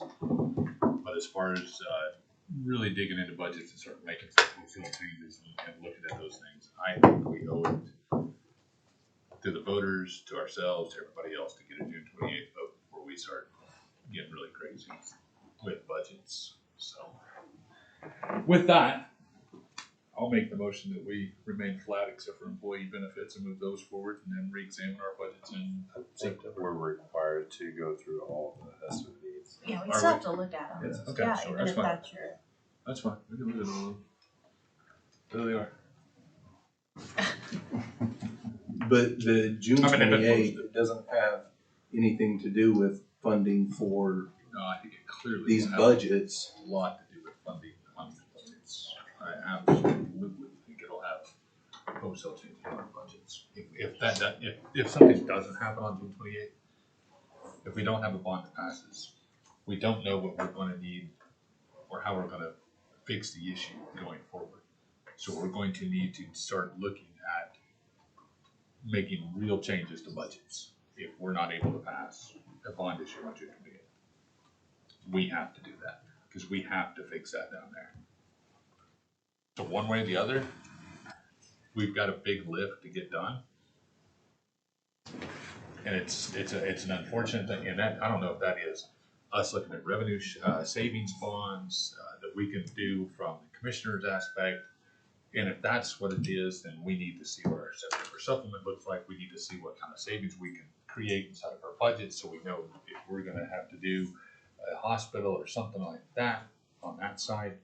We need to know what, on more firm ground, what happens on June 28th. I don't I get know, it. I don't know how, I mean, we go through these budgets pretty thoroughly every year and try to, maximize efficiency as much as possible. And I trust that all the elected officials do that on a daily basis. I mean, can we, sharpen the pencil up a little bit more and find a little here and a little there? Maybe, but not to the tune of tens of millions of dollars. No, the tens of millions of dollars is what you would do in bonds on revenue savings, of which, as you sharpen the pencil and you start saving 100,000 here, 100,000 there, you start looking at real savings that we're able to put towards tens of millions of dollars of bonds. I mean, we already know that we're gonna put 260 million on the street. We're not sure what we're gonna be able to use from ARP, but we don't know if we're gonna do 300 million or 350 million. We know we're gonna have to do some sort of revenue bonds from here. We already know that. But we don't know how much we're gonna have to do. So, yeah, I mean, we can go through this process, we can put budgets, we can say, guys, we're gonna do 5% COLA, we can do 8% COLA, and then we can turn around and say, sorry guys, we gotta pull that back. We need to, because I mean, So- it was very clear when they voted Monday from each commissioner that we needed to tighten belts, look within our own budgets. No, I don't recall that. I think that was a commissioner. That was a commissioner To comment, the yeah. budget, but To- the budget board decides the county. Yeah, and Ooh. And if you're talking about, the revenue bonds that I've heard is that the estimation was $4 million savings at the jail. So doing a 30-year revenue anticipation bond on that.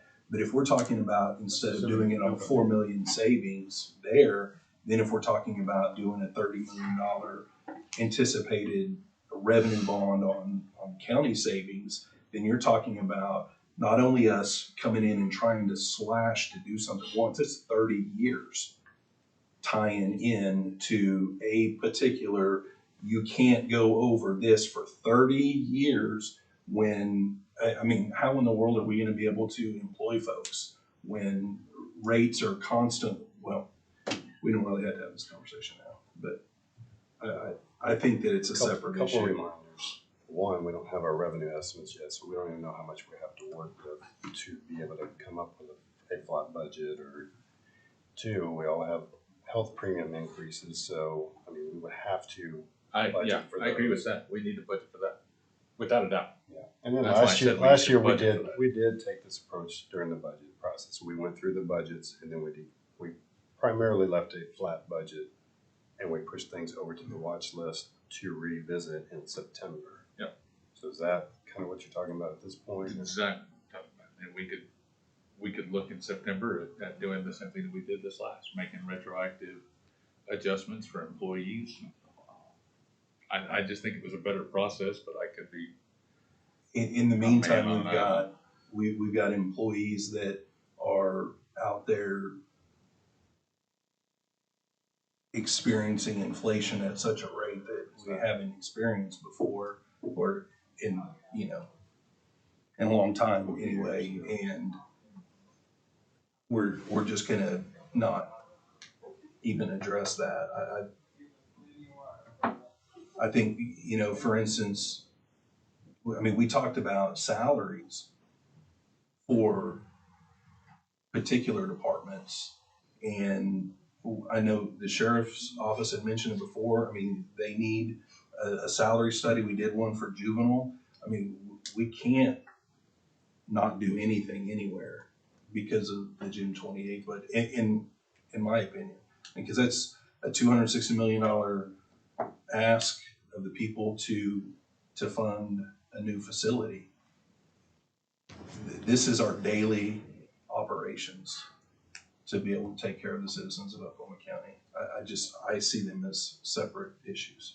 Well, I do support that idea like we worked with last year. I do think that that does provide us a better funding mechanism, knowing precise numbers, because you mentioned we haven't received our valuation estimates at this point.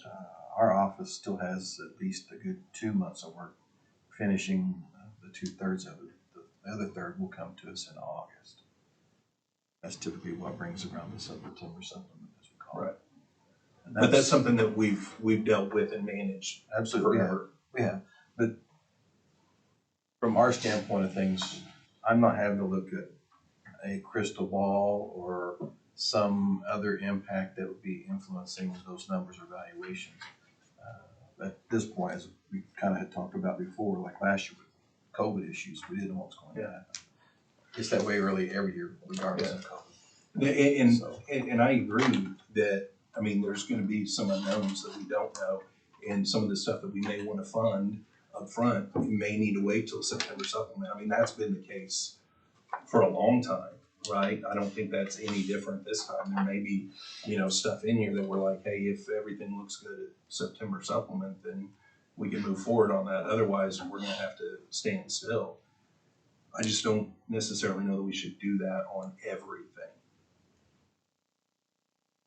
Again, I understand funding those necessity items. I have difficulty going to the voters and asking the voters to tighten their belt, extend the bond. While we're asking them to extend it, it could technically go down. Their taxes could go down. They could get more. As we increase, some of it's, we can't escape. We're gonna have to do benefits. That's an increased cost. We just know that. But as we start looking at increasing our budgets in other areas, I think it's very difficult and very irresponsible to ask the voters to support a $260 million bond while we're over here increasing budgets for things that we'd like to have, things that we think would make our operation easier, things that we're able to survive without.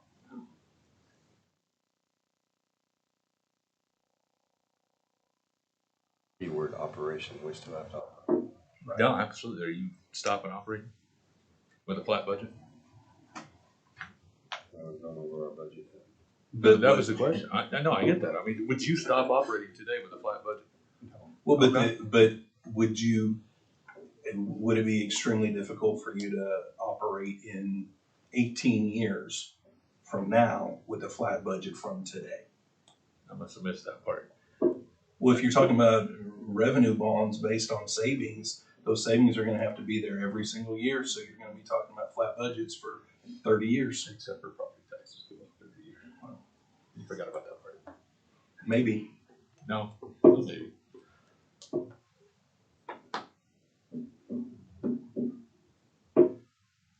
What's your suggestion? So if we set a flat budget and it doesn't pass on June 20th, I don't know what the answer to that is. I do not know, and that's the scary part. I do not know what that answer is. We So I won't think have- we're we won't this- have enough lease revenue bonds from savings Right. to build that, so then No, it's a not whole build a nother- jail. Yeah, No, what are we gonna that's have not- to build? Are we gonna have to build an on-site hospital? Are we gonna have to build some sort of daytime shelter? Are we gonna have to build some sort of mental health facility? What are we gonna be able to do to fix that issue? We're going to have to do something. We can't continue to sit on our hands. And I know, if our revenue sharing say that we could come up with $10 million, we better find a way to spend $10 million down there and do something about the issue. And I don't know if that is, again, outdoor hospital, whatever it is, we better do something. I think it's been pretty clear from voters. I think it's been pretty clear from the public. We better do something. And it's just, I don't know. I think it's irresponsible of us to make expenditures without knowing what we have. That's just me. I could be wrong. Well, in any case, Yeah, do we wanna, we were gonna try to get out of here around 3 o'clock. well, we have Karen here. We got 15 minutes, KK's here. I don't know if I need to do mine now that you're talking about flatlining. Flatlining. We're not flatlining. There we go. Yeah, you wanna follow this conversation? Oh, let's see, what agenda Hey, item? let the record reflect, Miles, that I did not Number say 24. flatlining. Right. 24, okay.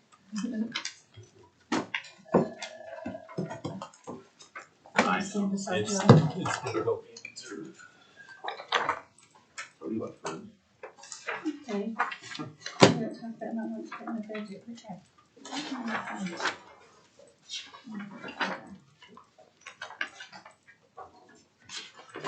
All right, KK. All right, do I kind of do this like I did it with PGs? Sure. I have the changes I made. The fringe benefits and salaries were pretty much set for us already before we got there. Our travel, I increased that a little bit because of the price of gas and the price we have to pay for the vehicle we use for us to go out and do trips into the yards and our different sites off-site. I did add a little extra for conferences. We have a young staff that needs to be developed a little more, and we need to be attending these conferences and these training. So I did raise that as well. In M&O, I added a little bit into our printing and binding. That's for pamphlets that talk about sexual harassment, talks about FMLA, that sort of thing. So we need some of those printed. And as everybody in here knows, recruitment right now is a nightmare. We are big, barring, and stealing, trying to find somebody to fill out an application. So I added on there $3,000 because Indeed has gone up. Indeed was like 250. It was pretty much all you could get. Now they're limiting you to 100 per that 100 for 250. You get 100 looks now. So if we want to get more than 100, we have to pay additional money. So I went in and added that to my budget just in case we needed to. Right now the department's been paying the initial fee on Indeed, but we're not getting anything out of the 100, to be honest with you. So we are beating the bush and trying to get some new ways. It's going to cost us a little money if we advertise in other places. The next one I added on was professional services. It's a brand new account for us. As many of you know or might not know, since the beginning of the HR department, the only way we've done background checks is through the Oklahoma County Sheriff's Office. We have found that we are hiring more and more people that are moving from out of state. And of course, when we send something to the Sheriff's Office, they're not going to have something on California or Georgia or whoever. So we're going to start doing a national background check, and that's going to be additional money. So I added $1,800 to my budget for that. And that's the only thing I changed really.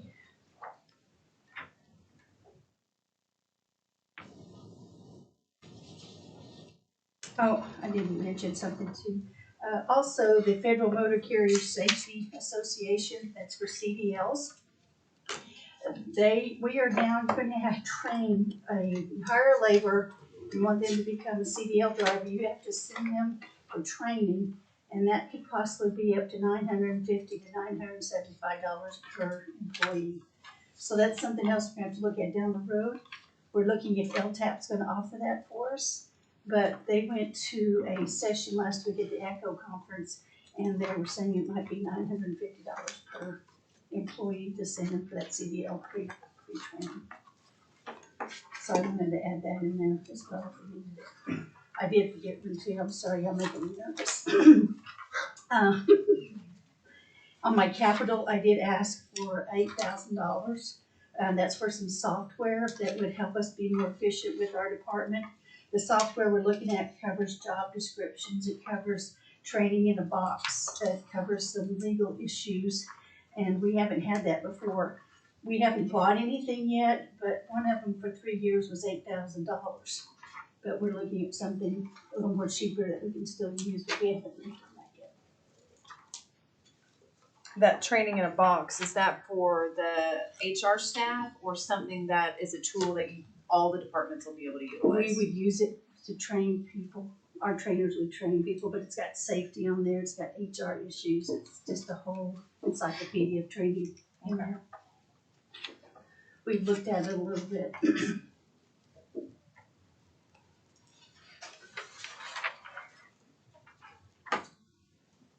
All right, any questions? Thanks, KK. Thank you. Thank y'all. Great. You don't need me to work again? No. Thank you. You just wanna do it again for practice? That would be my flat I was like, and you You're flatline. One, I'll get you quoted to the paper saying right? Yeah. Please do. I'll take that. All right. Do we want to knock out something else? Rolling. Okay. Yeah. All right. I'll go. Treasurer? Number 10. This is a handout I do every year, All right, we're on This is item way number number- 6. so I'll make a motion to receive the handout. A motion second to receive the handout. All those in favor, say aye. Aye. Aye. Any opposed? Ayes have it. Same. Oh, another one? The treasurer's office operates out of 3 funds. The general fund and the mortgage fee fund can be spent for any operations of the office. Our restriction comes with our resale fund, which that tends to be the one with the most money. It doesn't work like a regular special revenue fund. Its budget is received in whole for the full year. Every June, we have to declare an excess. And that excess by statute is apportioned out, a third to the cities, a third to schools, and a third to the general fund. I put down at the bottom just the last few times we did that distribution and how much went to the general fund. Our problem with resale is it's more restricted on how we can spend it. It has to be tied to delinquent taxes, the collection of delinquent taxes. You all have been really well to work with us. We had a small, it wasn't a finding, but several years ago, I think about 3 years ago, we had too many people in the resale fund. So the last 2 years, we have moved a person, I think, each year back to general fund. That's the notes there. On our general fund, our total increase is $90,665. Salary and fringe, which is $47,000 in salary and $34,000 in increase in fringe. This is 2 new hires. What has happened that we haven't seen before is we have a natural progression in our office. If you come online, you always start in current tax. You have to start and be trained on just the tax system and everything. And then you get moved to resale. I mean, it's a promotion. We've had a lot of turnover that we've noticed. But we had 2 ladies, we thought we were ready for resale. We actually moved them into the department and it didn't work out. So we're sitting here today without anyone on staff that's possible to fill some holes in resale. That's what these 2 new hires are. It would be to hire them in general fund, train them in current tax, and then hopefully move them to resale. Of course, if we didn't use those funds, we would give it back. The other is M&O. It went up a little bit. The main portion of the increase is $9,500. We have gone back to mailing out second half statements. We used to do a single statement before December 31st, and it had 2 coupons. Just feedback from the voters, they would lose the coupon by the time March rolled around, or if they didn't pay half, interest would go on. So, and then this is talking with Tulsa County and all the other counties, but sending out that second statement is very helpful. There is a new change in the law that took effect with the 2021 taxes that you can pay more than your first half. So come December 31st, you can pay your full bill, or more than half. And so now that's created a thing, instead of two equal halves, you have people that have paid more, and so we're kind of needing to generate another statement and send it out. So that's what that M&O is. On our resale, the overall decrease is 47,000. I noticed on the estimate needs, Janice isn't with me today, she prepared it, but in the far column, she kept the February payroll. But she has a note, we do have a note out to the side. Resale is where we have our biggest hole in our staff, and we are actually looking to hire, I think it's 4 positions. One will be bookkeeping, 2 in back tax, which is resale, and 1 cashier. So you see where the number of people is down, but she did keep the money requested the same. So the 2 that we're asking for in current tax, you know, when they get moved over to resale, that's part of these 4, if that makes sense. What else did we have? We do have an IT position open, and we are having a hard time filling that at the same rate at the lady that left. So there's a small increase for her starting salary. One that did leave, we had family coverage, so that took the fringe down. The only other thing Janice wanted me to mention is when she filled this out and left the salaries at the same, even though we're down the 4, she didn't make the adjustment on the benefit side, so we'll probably have to do that. We kind of noticed it when she and I were going over it in prep for Tuesday, but we didn't have that meeting. On mortgage tax, it's an overall decrease. We only have 1 employee. That particular employee left and had family coverage. And the lady that we moved into that budget, she just was at a little bit higher salary. But overall, it was the family coverage changing. And that's the highlights, unless there's any questions. I'll do my best. Like I said, Janice and I go over it, and I know Janice worked with Micah a lot, but I will. And that excess resale is what makes part of our September supplement. It does. We usually get it in June, but we don't budget it until September. Yeah, that's correct. Do you know if you saw a change in your mortgage fee fund? I mean, the interest rates that we had last year, the record numbers of people. Yes, it should be on that front page where we estimated revenues. Well, you're kind of a year in arrears because we only did 90% of the months, you know, March, April, May for last year. But yeah, that's coming in. Yeah, it's a little lower on our revenue page just because we did 90%.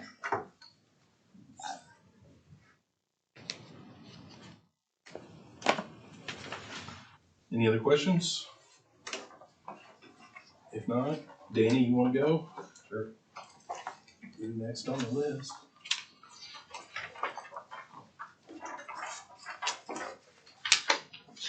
We'll be on item 10.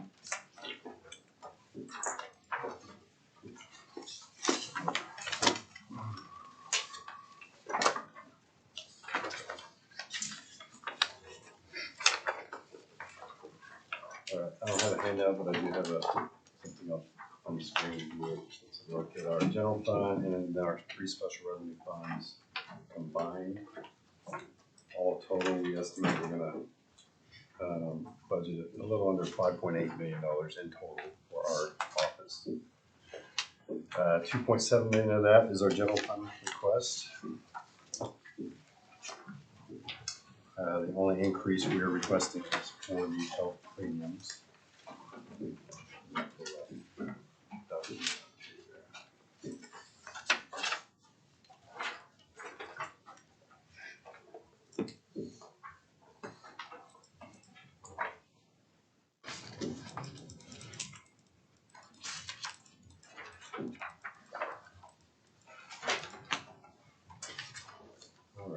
for the salary portion of this, we are budgeting the exact same amount, 19 positions, at the $1.8 million salary.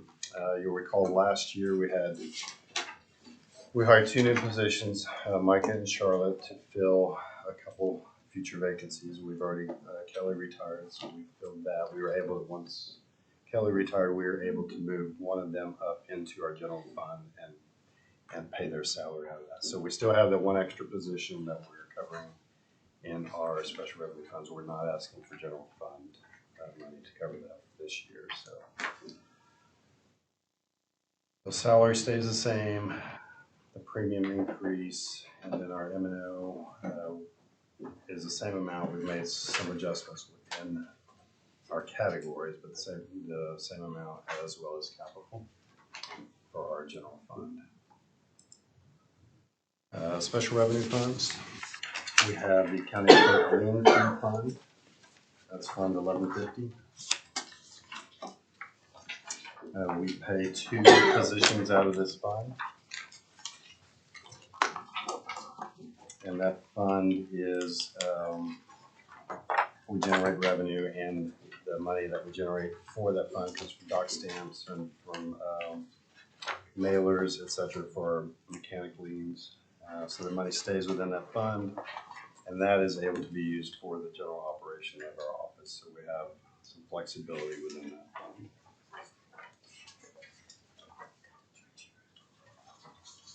I'm sorry.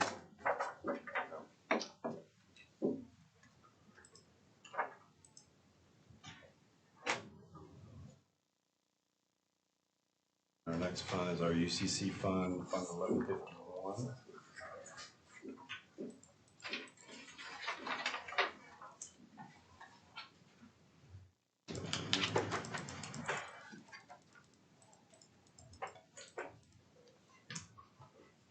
All right, so we fund 9 positions out of our UCC fund.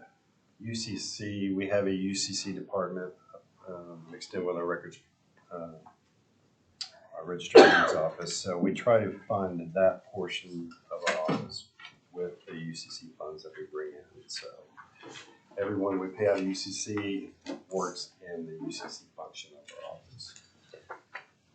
And then our last fund is our Records Preservation Fund, Fund 1152. We fund 16 positions out of this fund. Some positions that we really should be, at some point in time, we will move to general fund as people retire. We'll move a couple of those positions, but as we're training and we got some overlap here, we're covering those out of this particular fund. You will recall that this fund, we saw an increase in the filing fees, went from $5 to $10 a couple years ago. We've seen this cash balance grow a little bit over the years, so we do have that flexibility to be able to pay a couple other positions out there. That's it. Anybody have any questions for Danny? Wanna do excise and audit? Oh, Item? sorry, yes. Karen's gonna cover our excise board and our county office.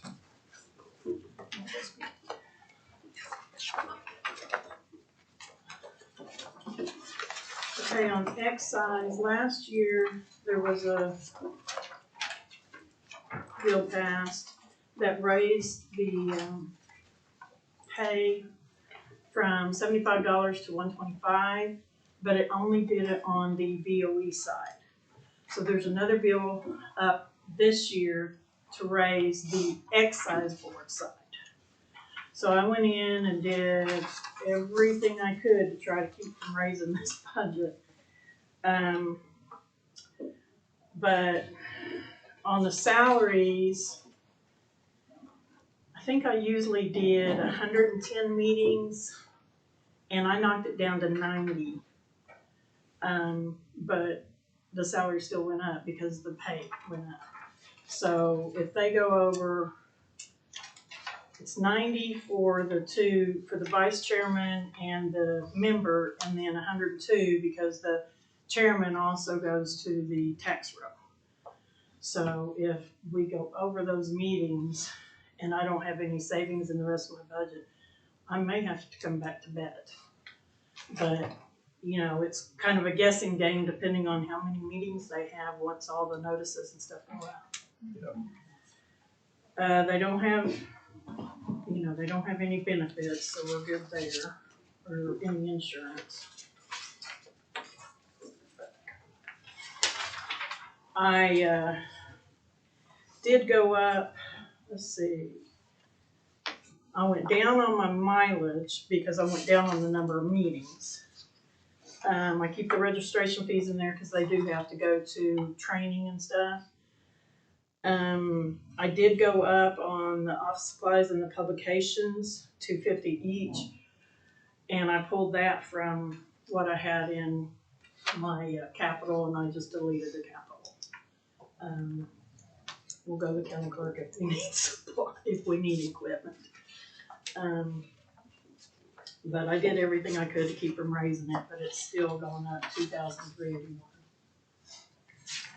And that's with lowering the meetings and cutting out the capital. And of course, the benefits went up based on the amount of salary that went up. And I did take into consideration when I was counting up the meetings that the raise for BOE won't start until November.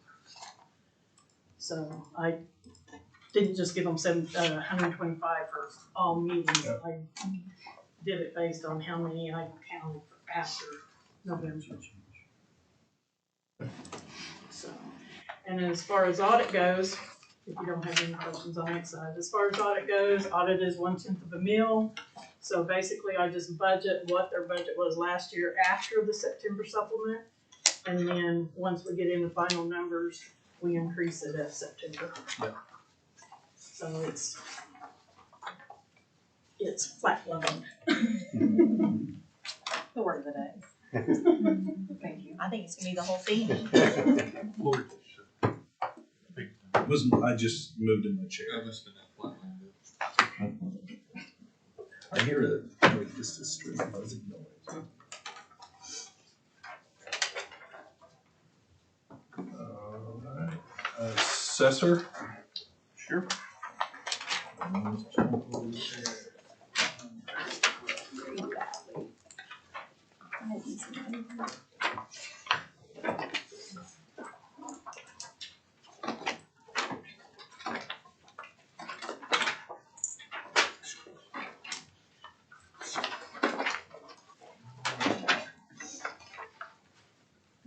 First of all, I have to state this, like Danny will laugh at this. Our office provides about 82% of the county general fund based upon our evaluations, so I always have to say that. It doesn't come in unless the treasurer. It doesn't come in unless you collect it, but you don't have it unless we tell you to collect it. And we are seeing more than likely a higher or record number of notices, as Karen was just talking about. I think we're approaching the 280,000 mark because everybody knows what's going on in the market with real estate now. It's just a very competitive market. That's reflected in our numbers as well. I think you might see some of that in the estimate. We're just not sure because some of those will be as a result of appeals and hearings and so forth. But overall, we are looking at probably lapsing somewhere in that 60,000 mark. I also anticipate that we will be removing our ask from the watch list, and that 23,000 that we pushed on there, that will come off as well. So moving forward, looking at our general fund, you'll see that we have the same changes as everybody else in regards to the salary and fringe. We are anticipating some changes in regards to some of our travel, just as everything else is going up. This is continuing as well. Some of that's going to be in response to educating personnel, as we've had several key people either retire or tell us they are retiring coming.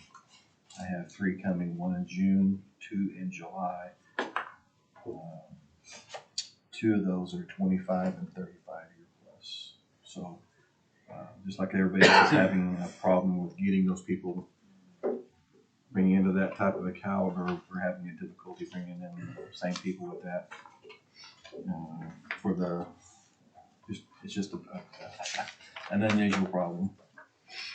We also anticipate postage increase based upon just the inflation rates that we're looking at. We have changed some of our memberships. We are trying to get more of our employees to become accredited or advanced accredited in response to their job responsibilities. That's going to be an education piece. We feel better employee results from exposure to education opportunities, so that's what you're seeing with that. And has anybody had a problem with paper? I know we've had some problems with getting paper. Our printing service, just to let you know, our printing service at one point told us they were out of paper. So that's something that you may look at checking with your vendors prior to your mailings, because that was something we had not anticipated, but due to COVID backlogs. A few of those things, the biggest thing you're going to see is the Just Appraised online service. That is the service that I made a remark at the last BET where I certainly appreciate, our office appreciates the support of the online service. That is the maintenance behind that piece annually. So that's where you're seeing that major change of 94.5. That has been a very positive service for us this year. The public has responded and greatly appreciates the opportunity to do filing online and communications online. I think that is really where the county is headed in the future, even in a more robust manner at some point. There are some expenditures in capital. We're looking at a couple computer systems, a little bit of software. That software is the Office 365 upgrades, a little bit of office equipment, and of course, it's time to change out our copiers with the increase of those. So you're looking at about $225,000, of which 94 of that is going to be the maintenance behind our online service fees. Moving over, looking at employees, we're looking at 2 new positions. One of those at $45,000. That's a position that we would like to hire a marijuana specialist in regards to a business personal property. As you can imagine, what's going on with marijuana, and I see today that the state Supreme Court will be moving forward with Initiative 820 that will be a recreational use put forth on the ballot. So I don't think marijuana is going away in the state of Oklahoma. In fact, it's probably going to get bigger. So we really need to look at bringing somebody in that really knows that industry to the point that we know what to look at and how to value it. Is that going to be their title? It's a buyer. Yeah, it'll be a high specialist. Yeah. And then the other. I'm actually making that note. And then the other is a part-time. In regards to the way that we're reworking some things in our office, we would like another part-time person that would help in our imaging and scanning capabilities, as we are still in a part paper world moving forward, even in the online services. We are looking at scanning those documents and working them digitally as a desk, or scanning them and pushing them through an automatic reader service. So that would be a position that we would like. It's pretty much a prep system, getting things out of the mail, presented into a ability for it to be scanned, and then work digitally. So that's those 2 positions there. Any questions on general? Moving over to visual inspection, we are anticipating a lapse there, which I know Karen is looking at it. But some of that is going to be in response to some of the retirements we've had as well.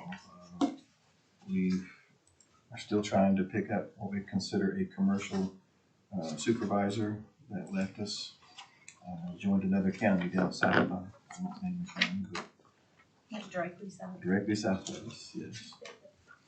Which is a good move for them. JD was a very good appraiser, had his commercial license, but with that, trying to find someone to fill those shoes is very difficult at monies that are available to the public right now in regards to commercial property valuation. But you'll see those same changes in regards to salary and wages, fringe benefits as well.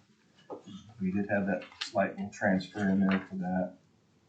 Again, we're looking at mileage changes. We're hoping that the federal government will also come in and make some adjustment here for us, because we have our appraisers use their personal vehicles for mileage. So they are paid at the standard federal rate. And right now they are losing money based upon the changes in the price of fuel. So we are hoping that there will be some change in that made for those individuals. And of course, we're like everything else, lodging. I don't know if you've tried to go anywhere for a vacation, but you're going to pay for it based upon the changes that I've looked at in regards to either gas, lodging, meals, airfare. All that is just an estimate of what we think will be there. But we are still trying to send those individuals to get better experience, better education, and move up the ladder, because we are having a lot of people with experience that we've relied on for years that are retiring, which is great for them. Again, there's some money there in postage. Some changes in our parking with our individuals. And moving forward, you're going to see some of the things that we've talked about before. I think we've talked with Danny a little bit about the aerial photography, about it's $140,000. That is the county-wide service that everybody gets for use. You guys are really starting using it with the sheriff's office. I know the treasurer's office, your deputy has used that and they're starting to use it. So that's a difference of $45,000 that we have picked up to put into the VIPs. The largest thing is going to be that $110,000 increase. And that's the ESRI county-wide contract that we've been discussing for a couple months now. ESRI has presented that number at $350, of which I'm committed at $140, because that is my buy-in, whether it's a county-wide service or not. And I think in regards to that question, this board supported that initiative to look at that and move forward. So that's where we would come back to you to see at some point how will that additional funding, that 210 number, come into play. These countywide services that we've all, would we not want to maybe just move in general government instead of piecemeal? So you can see and track year after year what went up. I think that would be the best approach to take to that. And then if you wish to create either additional services or you had an additional load, then if you had special revenue funds to address that for certain needs. But there, because we were wanting to take advantage of special revenue. Correct. And then I remember. Yeah, in our conversations with the vendor. Because I know resale can pay for something, because we use it for our Right. annual resale. And in the conversations with our vendor, they could do. in the reval, we're only on 10%. Yeah. For that when it's over there. Yeah, true. With our vendor is saying they could do 2 POs, but they would recommend the general fund approach as well. That way that there's always that consistent approach from year after year, and you don't have an entity saying, well, I'm not in it this year, and we're adjusting numbers. So Yeah, but at the 140,000, if it's in reval, the county's on the hook for $14,000. We move it to general fund, the county's on the hook for $140,000. yes, no, I agree with that. They could still do the 140 for VI for us. Yeah. So that you'd only be responsible for that 14 plus whatever else is hanging on the end of it. Okay. So that would not be an issue. And I'm not asking to move the entire piece to it, just the difference of the 140, whatever that number would be.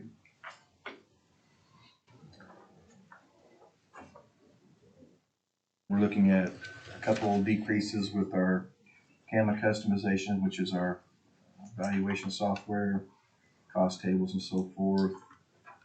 The change detection, we're dropping it back based upon our visual inspection requirement. We're working on a current piece of legislation that would move, if it were to move forward, the counties could utilize that for a desktop review. at this point, it's not looking that favorable at the state capitol level. I'm hoping that that will change. If so, it would not come into change until November if it were to come to fruition. The $55,000 that you see for iLookabout is a new service that we are migrating for our appraisers in the field. They currently use laptop PCs with MiFi hotspots to do their appraisal work in the field. Those units roughly range about $2,500 to $3,000 a unit.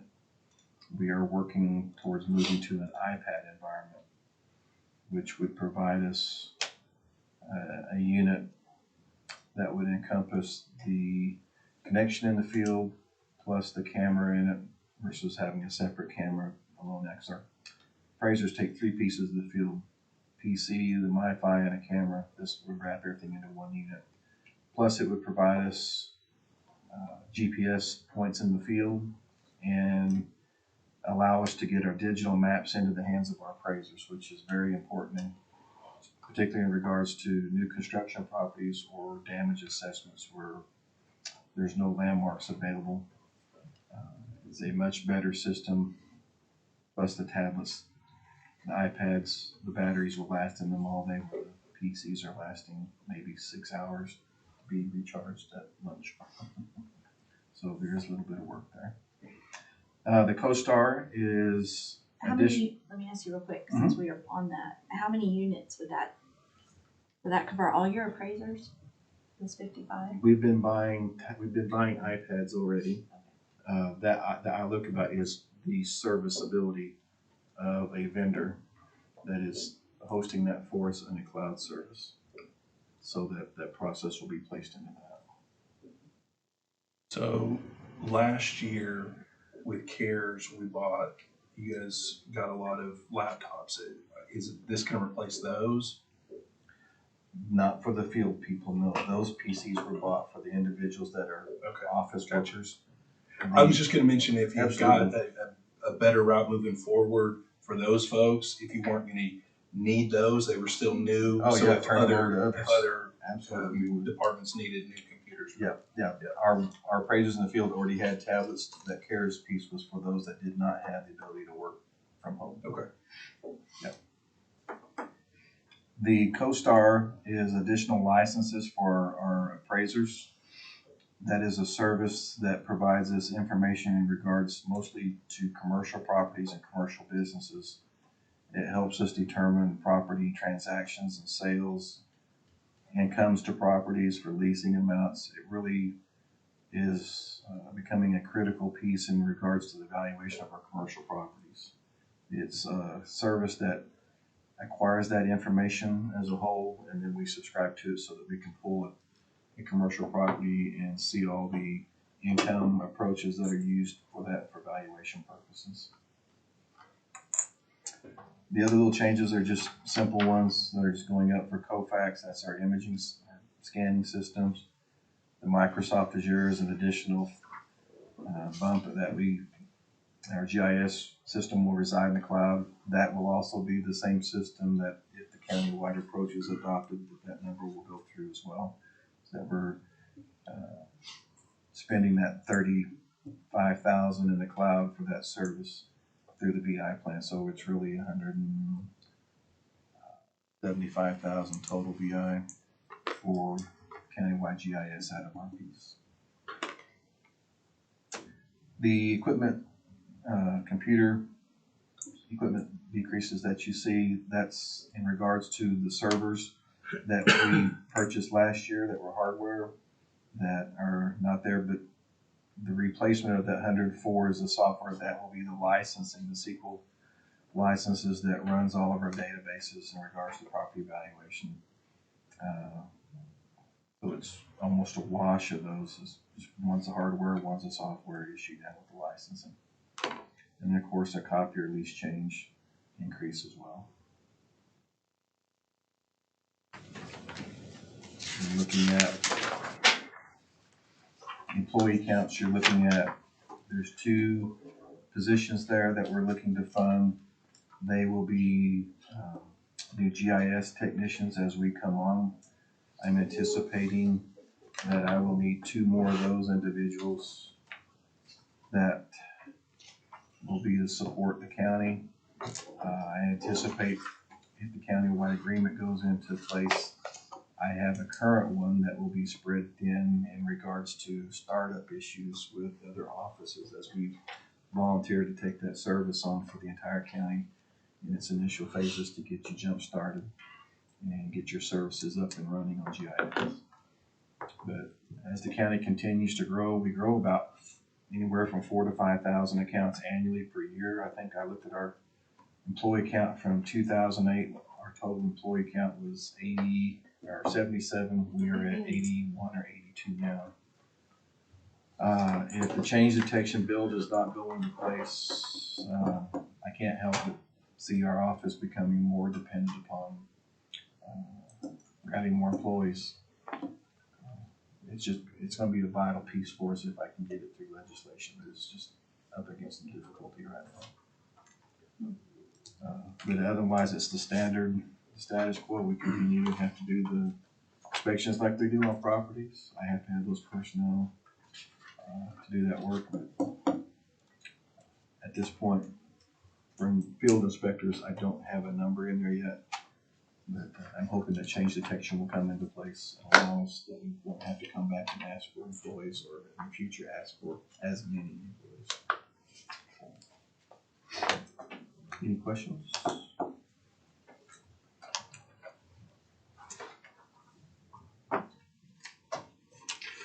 Nope. Did anybody get a letter from my office this year? I love letters, right? Just a reminder of how It's much my always investment good is made. news. That's right. Yes. Some people don't see that. Did it say this is not a bill? It did. Yeah, I don't.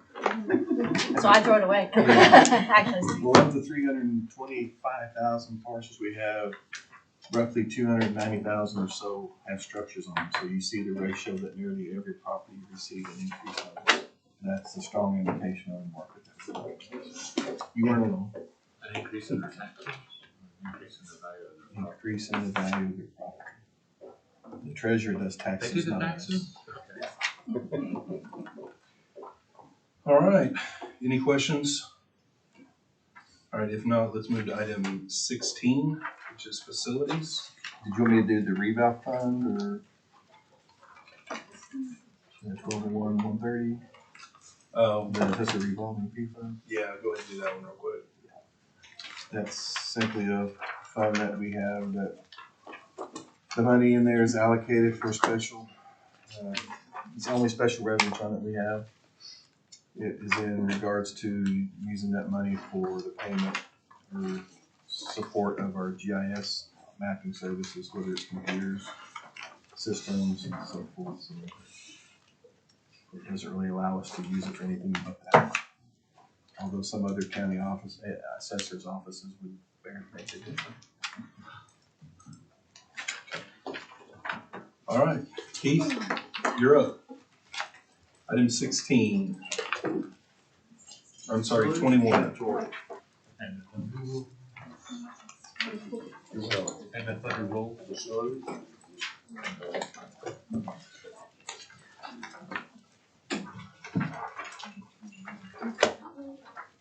I mean, I do. Assuming most people do. Anybody need this one up?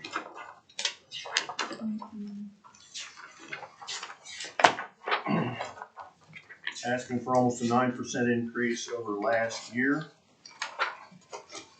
Got 2 empty spots on our crew. We're asking for 1 additional. I'm hoping we can fill all 3. If you look down in that, for personnel, it has more to do with the management and oversight of contractors who work here at night and over the weekend. I've only got 1 guy to look after these 3 buildings, the ICB, the courthouse, the annex, and the parking garages, and he can't possibly watch to see whether or not contractors are overloading the elevators when they go up and down, or if they're disrupting asbestos or plumbing or other issues. I've got to have somebody here after hours that does nothing but watch the contractors who are hell-bent on getting through a project regardless of what trouble it causes. That's been a recurring issue, and I've got to have that spot. If you look down at line item 54156, it's building and grounds Kone Incorporated, $125,000. We've been bringing in Kone repair guys on jury weeks, Monday, Tuesdays, and Wednesdays, to make certain that we have, as best we can, the elevators that service the courthouse and the annex. And that, for the most part, has been successful and works well. Item services other. I really don't like other, but, and I can tell you what that is, 54456. We've had a need for scissor lifts for work that we do on the outside of the building, on the inside. Rather than buy one, we'll rent them, have them delivered and use them and send them back.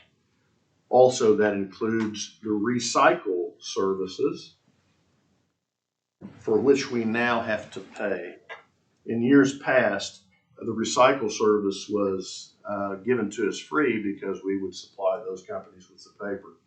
Now we've had to go to paying for that recycle and shredding. Also, the infestation, outbreaks, and general problem with bed bugs in the courthouse has been a more common occurrence than before, and that's sort of what makes up that particular line item. Does Mr. Washington know about that? I can't answer that question. I don't know. Maybe Butch can come in and tell him. Just long as it doesn't Sorry. make you scratch. You know? Yeah. No, that's been a real problem in the on the ninth floor in the jury or the witness center up there. In many of the courtrooms, you wouldn't think that would be a problem, but it really is. So we've had to several times spray the entire ninth floor. You felt it that time? Yeah. Yeah. Sorry, go ahead. That's it. The floors.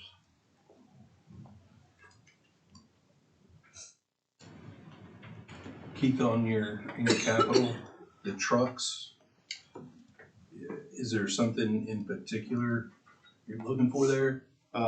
Replacement trucks, if we can find them. And granted, when all this was assembled, that was kind of at the beginning of the escalation of pricing on everything.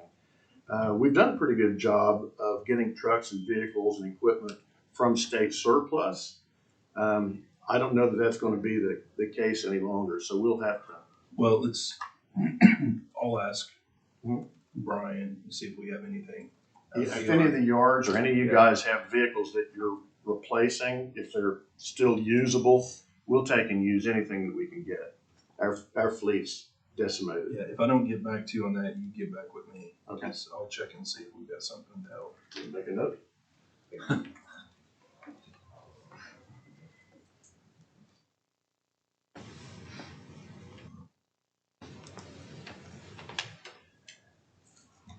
Window washing. Does anybody want their windows washed? Yes. Do you want to pay for it? Chelsea does a great job. That's true. We're talking about outside the building. Really? Yeah, I opened up. You gotta have long arms over an ICB and push through and. Or you just crawl under and stand out on the ledge.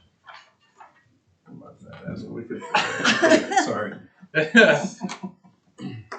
Yeah, you had to call the fire department because I got stuck half in and half out the window.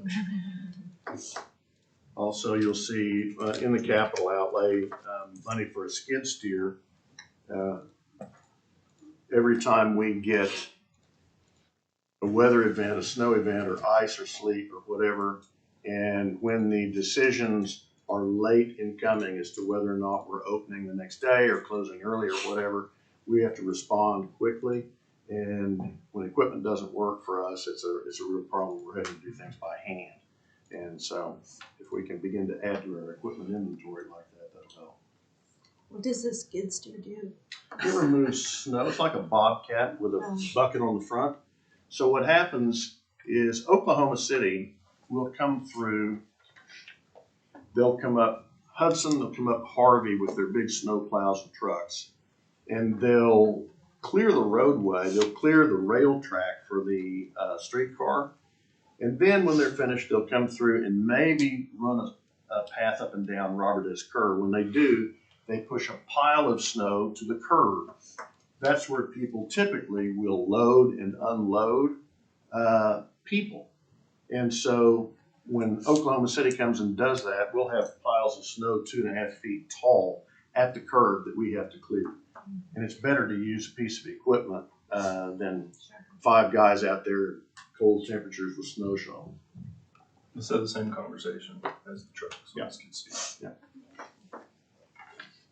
God, you got that kind of implementation laying around with us? No, I had no clue. I have no clue, but it's worth it. Slow down, we're building roads over here. Yeah, we are too.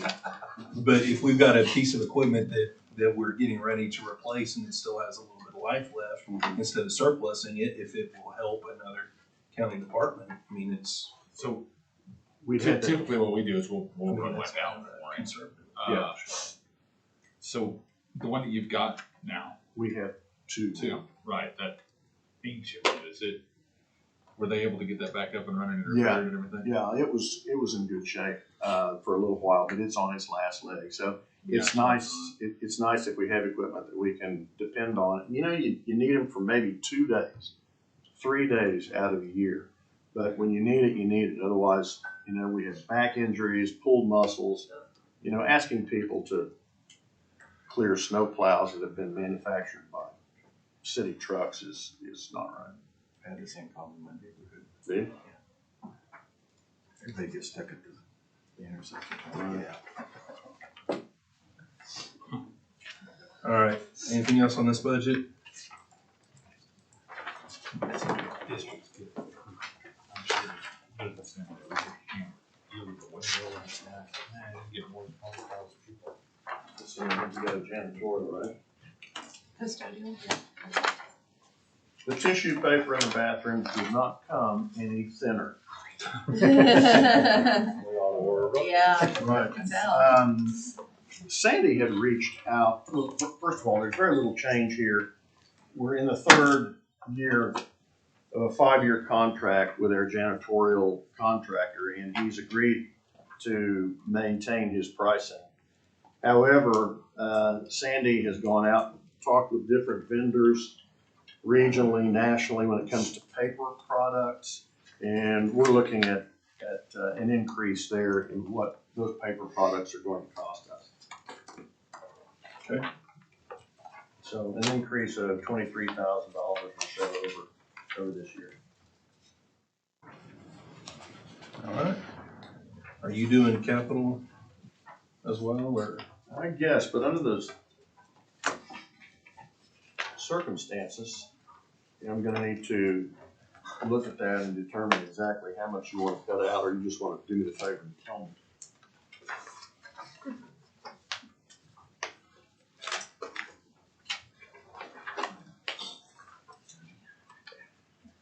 I know there are 1 or 2 items that we can. No, you only have 2. Courthouse carpet and annex carpet? Oh, those 2, that count won't do it. Yeah, we simply had done $50,000 in the annex, $50,000 in the courthouse. I will tell you that the court clerk's flooring is bad and needs to be replaced. Everybody knows that. We get the impression and idea that the court clerk, I know, wants to remodel the entire floor, and it makes sense to replace the flooring after the rest of the construction work is done. But in this case, there are trip and fall areas that need to be addressed now. So if we put down carpet squares. That's a broadloom that's up there now, and we're able to cut around any kind of immovable objects like counters or racking or shelving. I think we could do that. It might not be what is preferred. Certainly the sequence is not right, but it would eliminate those trip and fall hazards.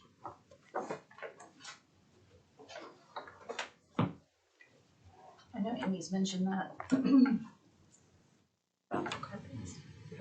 It's really bad. It's the worst carpeting in the entire complex. If you were here, would you repeat that? Yeah. Warren, it is the worst carpeting in the entire complex. All right, thank you, Keith. All right, I believe the only thing that's left that people are on the table is just me and Miles, right? Is that anybody else here that, no? Let's go ahead and try to knock those out real quick. I don't think it'll take any time. Do you need to get out? Yeah, but I'll just sneak out. Okay. All right, item 16 is the District 1 budget.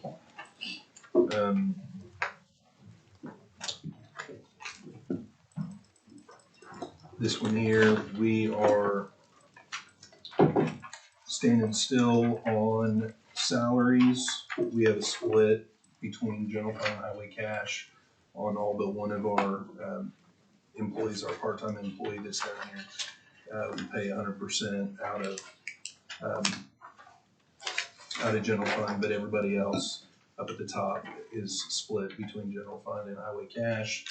I have a slight increase in benefits due to the medical going up. Travel stayed the same, M&O down $1,980 for a total requested increase of $5,100. Can answer any questions? Anybody has any? Highway cash. We're anticipating our FEMA reimbursement for debris removal coming in this year. So I've got that on here as revenue coming in for this year. Of course, don't have it, carrying over into next year because it's not an ongoing. This is pretty self-explanatory, just like most of the highway cash budgets. We budgeting roughly at the same number of positions. Now, last year, it says 37 on that left column, and it says 33 on the right. I did that just to clean up because the 4 that are split with general fund and highway cash, otherwise they would be counted both in general fund as number of employees and highway cash. Last year, I had them listed there in highway cash, so I just change that down, but it's actually not a reduction in workforce, it's the same. So obviously had a little bit of a change in the health premiums, but anyway, that is District 1. When it comes to highway cash.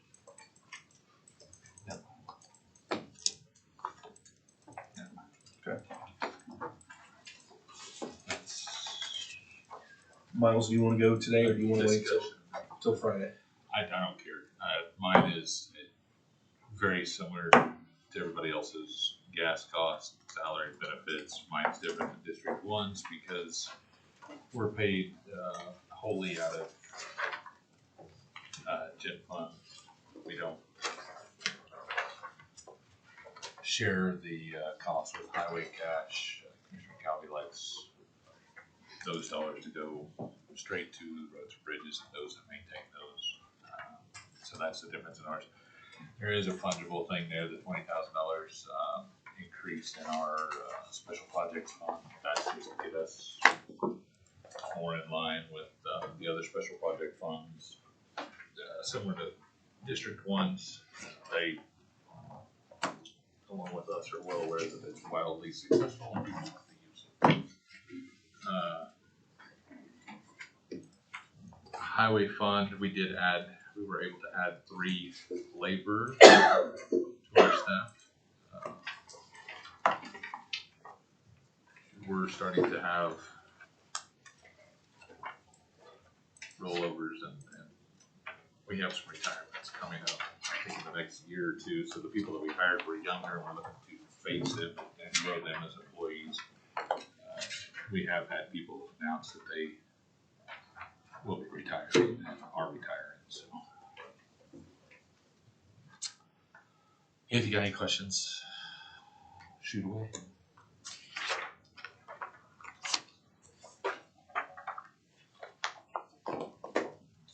Where were you saying the increase in your special projects is? Is it with the coordinator? What is that, 54,456 to $120,000 currently, and I think I took it to 140.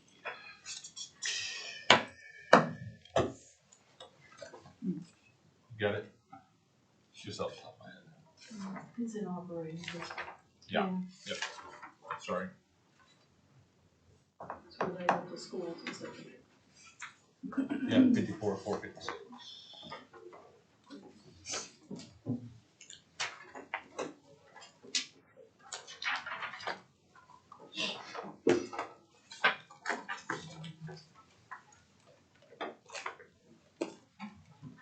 I will have some savings, and I'm not sure how we're gonna handle it yet.